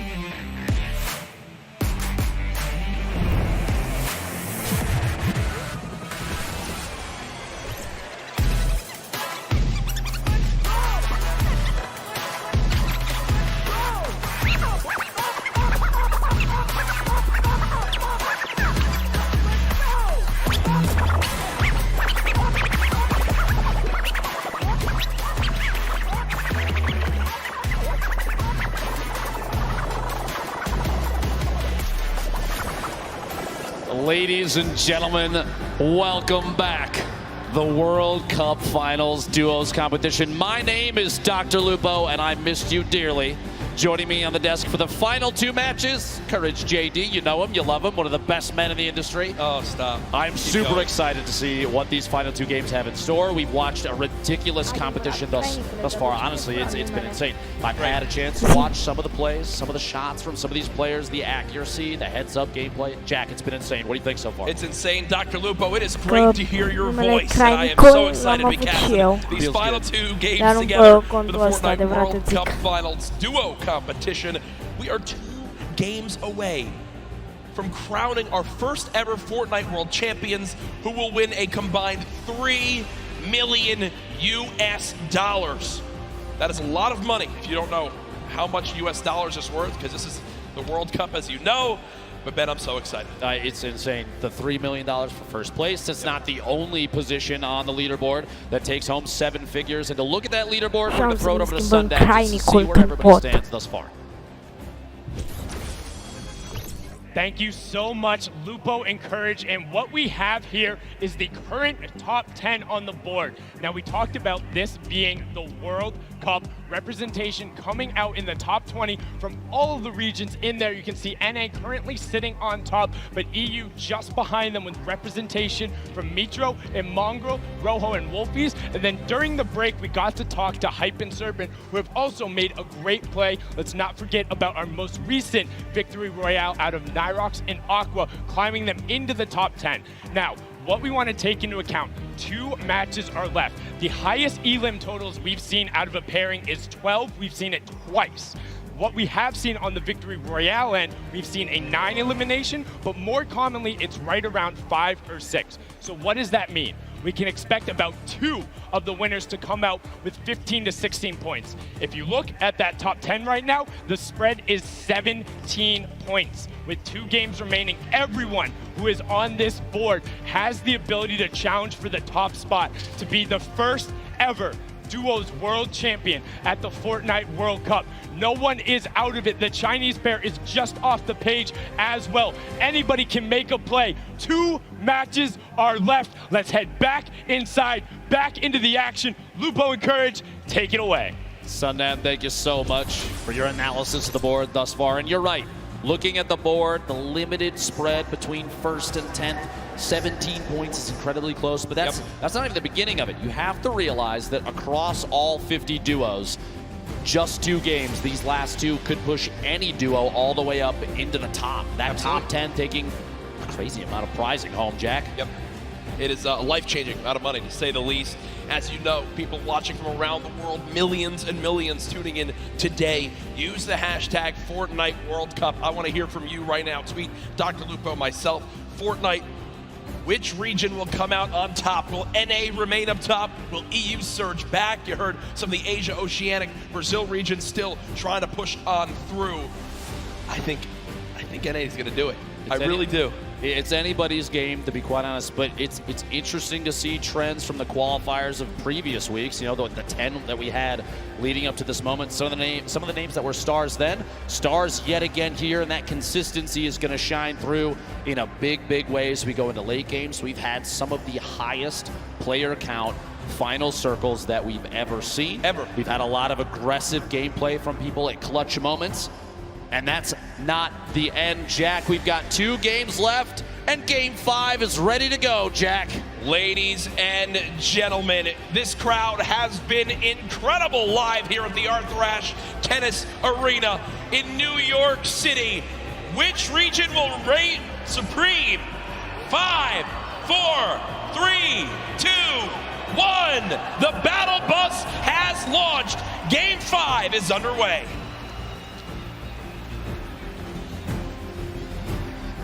For the last few matches, Jack, we've seen some relatively contested, popular drop zones. I've been watching on Twitter, and a lot of people have discussed whether or not Loot Lake right now is one of the hottest drops in the game. You have a number of duos, high-powered duos that have dropped there consistently thus far. Do you think going into this Game 5 and 6, we're gonna see similarly contested early drops, or are people gonna change up the strategy with the amount of prizing on the line? I think the thing that we've seen so far is the teams that stick to their strategy are the teams that are, staying out on top. It's why they're consistently placing, say, Sap and Zayt, for example. Wouldn't be surprised to see people stick with their normal game one more time. Again, as Sundown did a great job of highlighting, Dr. Lupo, one big performance, 12 elims in a victory royale, 22-point game would shoot you way up the leaderboards. Oh, yeah. So you can't count yourself out yet, as we do see our last match winners currently on our screen. Uncontested there. Nyrox dropping in an early baller, a very pivotal piece for late game survival. Going to farm up all the materials he can inside.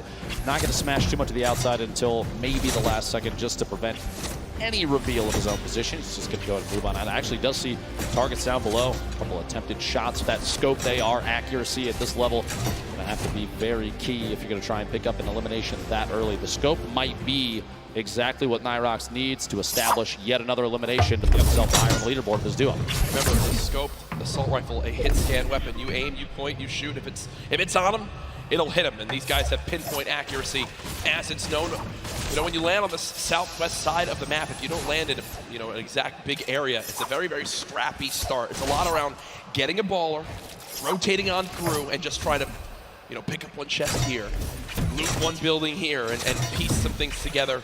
It's known how tough it can be, but Nyrox and Aqua currently on their way. Let's shift our focus towards Neo Tilted here. You see Mongrel and Mitro, who so many times have been contesting here with Clix and Skeptic. Clix and Skeptic so far, pretty quiet day today, not really well. I would agree. 4 duos, though, in Tilted. Going to be interesting to see who opts to take an early out, maybe go for the ballers that spawn in that slipstream around the outside, or maybe get a little aggressive and push on another team that spawns in there. Potentially from an earlier game, though, Skeptic hopefully learned his lesson. You don't want to L the camera necessarily too early. Yep. Love to see the confidence, though. He's a very confident player, which does not surprise me. Extremely skilled, so that kind of gameplay, you're going to see it from Skeptic on and off the stream and on and off the land here. Arthur Ashe Stadium, one of the coolest arenas I think we've ever done this in. Oh, incredible. It's, you walk on through, you see all the tennis greats, and I hope they put up a poster of the winner of the Fortnite World Cup there. It's Serena Williams, Saf and Zay. Honestly, it would be incredible. It would be. I think that sounds good to me. I think that people wouldn't be confused at all. But maybe it's the start of a great legacy here at this arena. But right now, you begin to point out Mongrel and Mitro landing here every single game. 4 teams though, still in Neo tilted. When will the battles begin? 97 players left. Every duo still represented. Crazy powerful loadout. You saw he has 4 shadow bombs this early in the game. Yeah. Those are incredibly powerful going into late game, especially when you're attempting to avoid confrontation as much as possible until just the right moment. You can shadow bomb out of almost anything. Granted, the people that may see you rotate don't have pinpoint accuracy, right, which honestly is typically the case in a lot like this. Acest stream. Ne vedem data viitoare. Cer scuze, trebuie să închid emisia curent. De data viitoare, bye bye.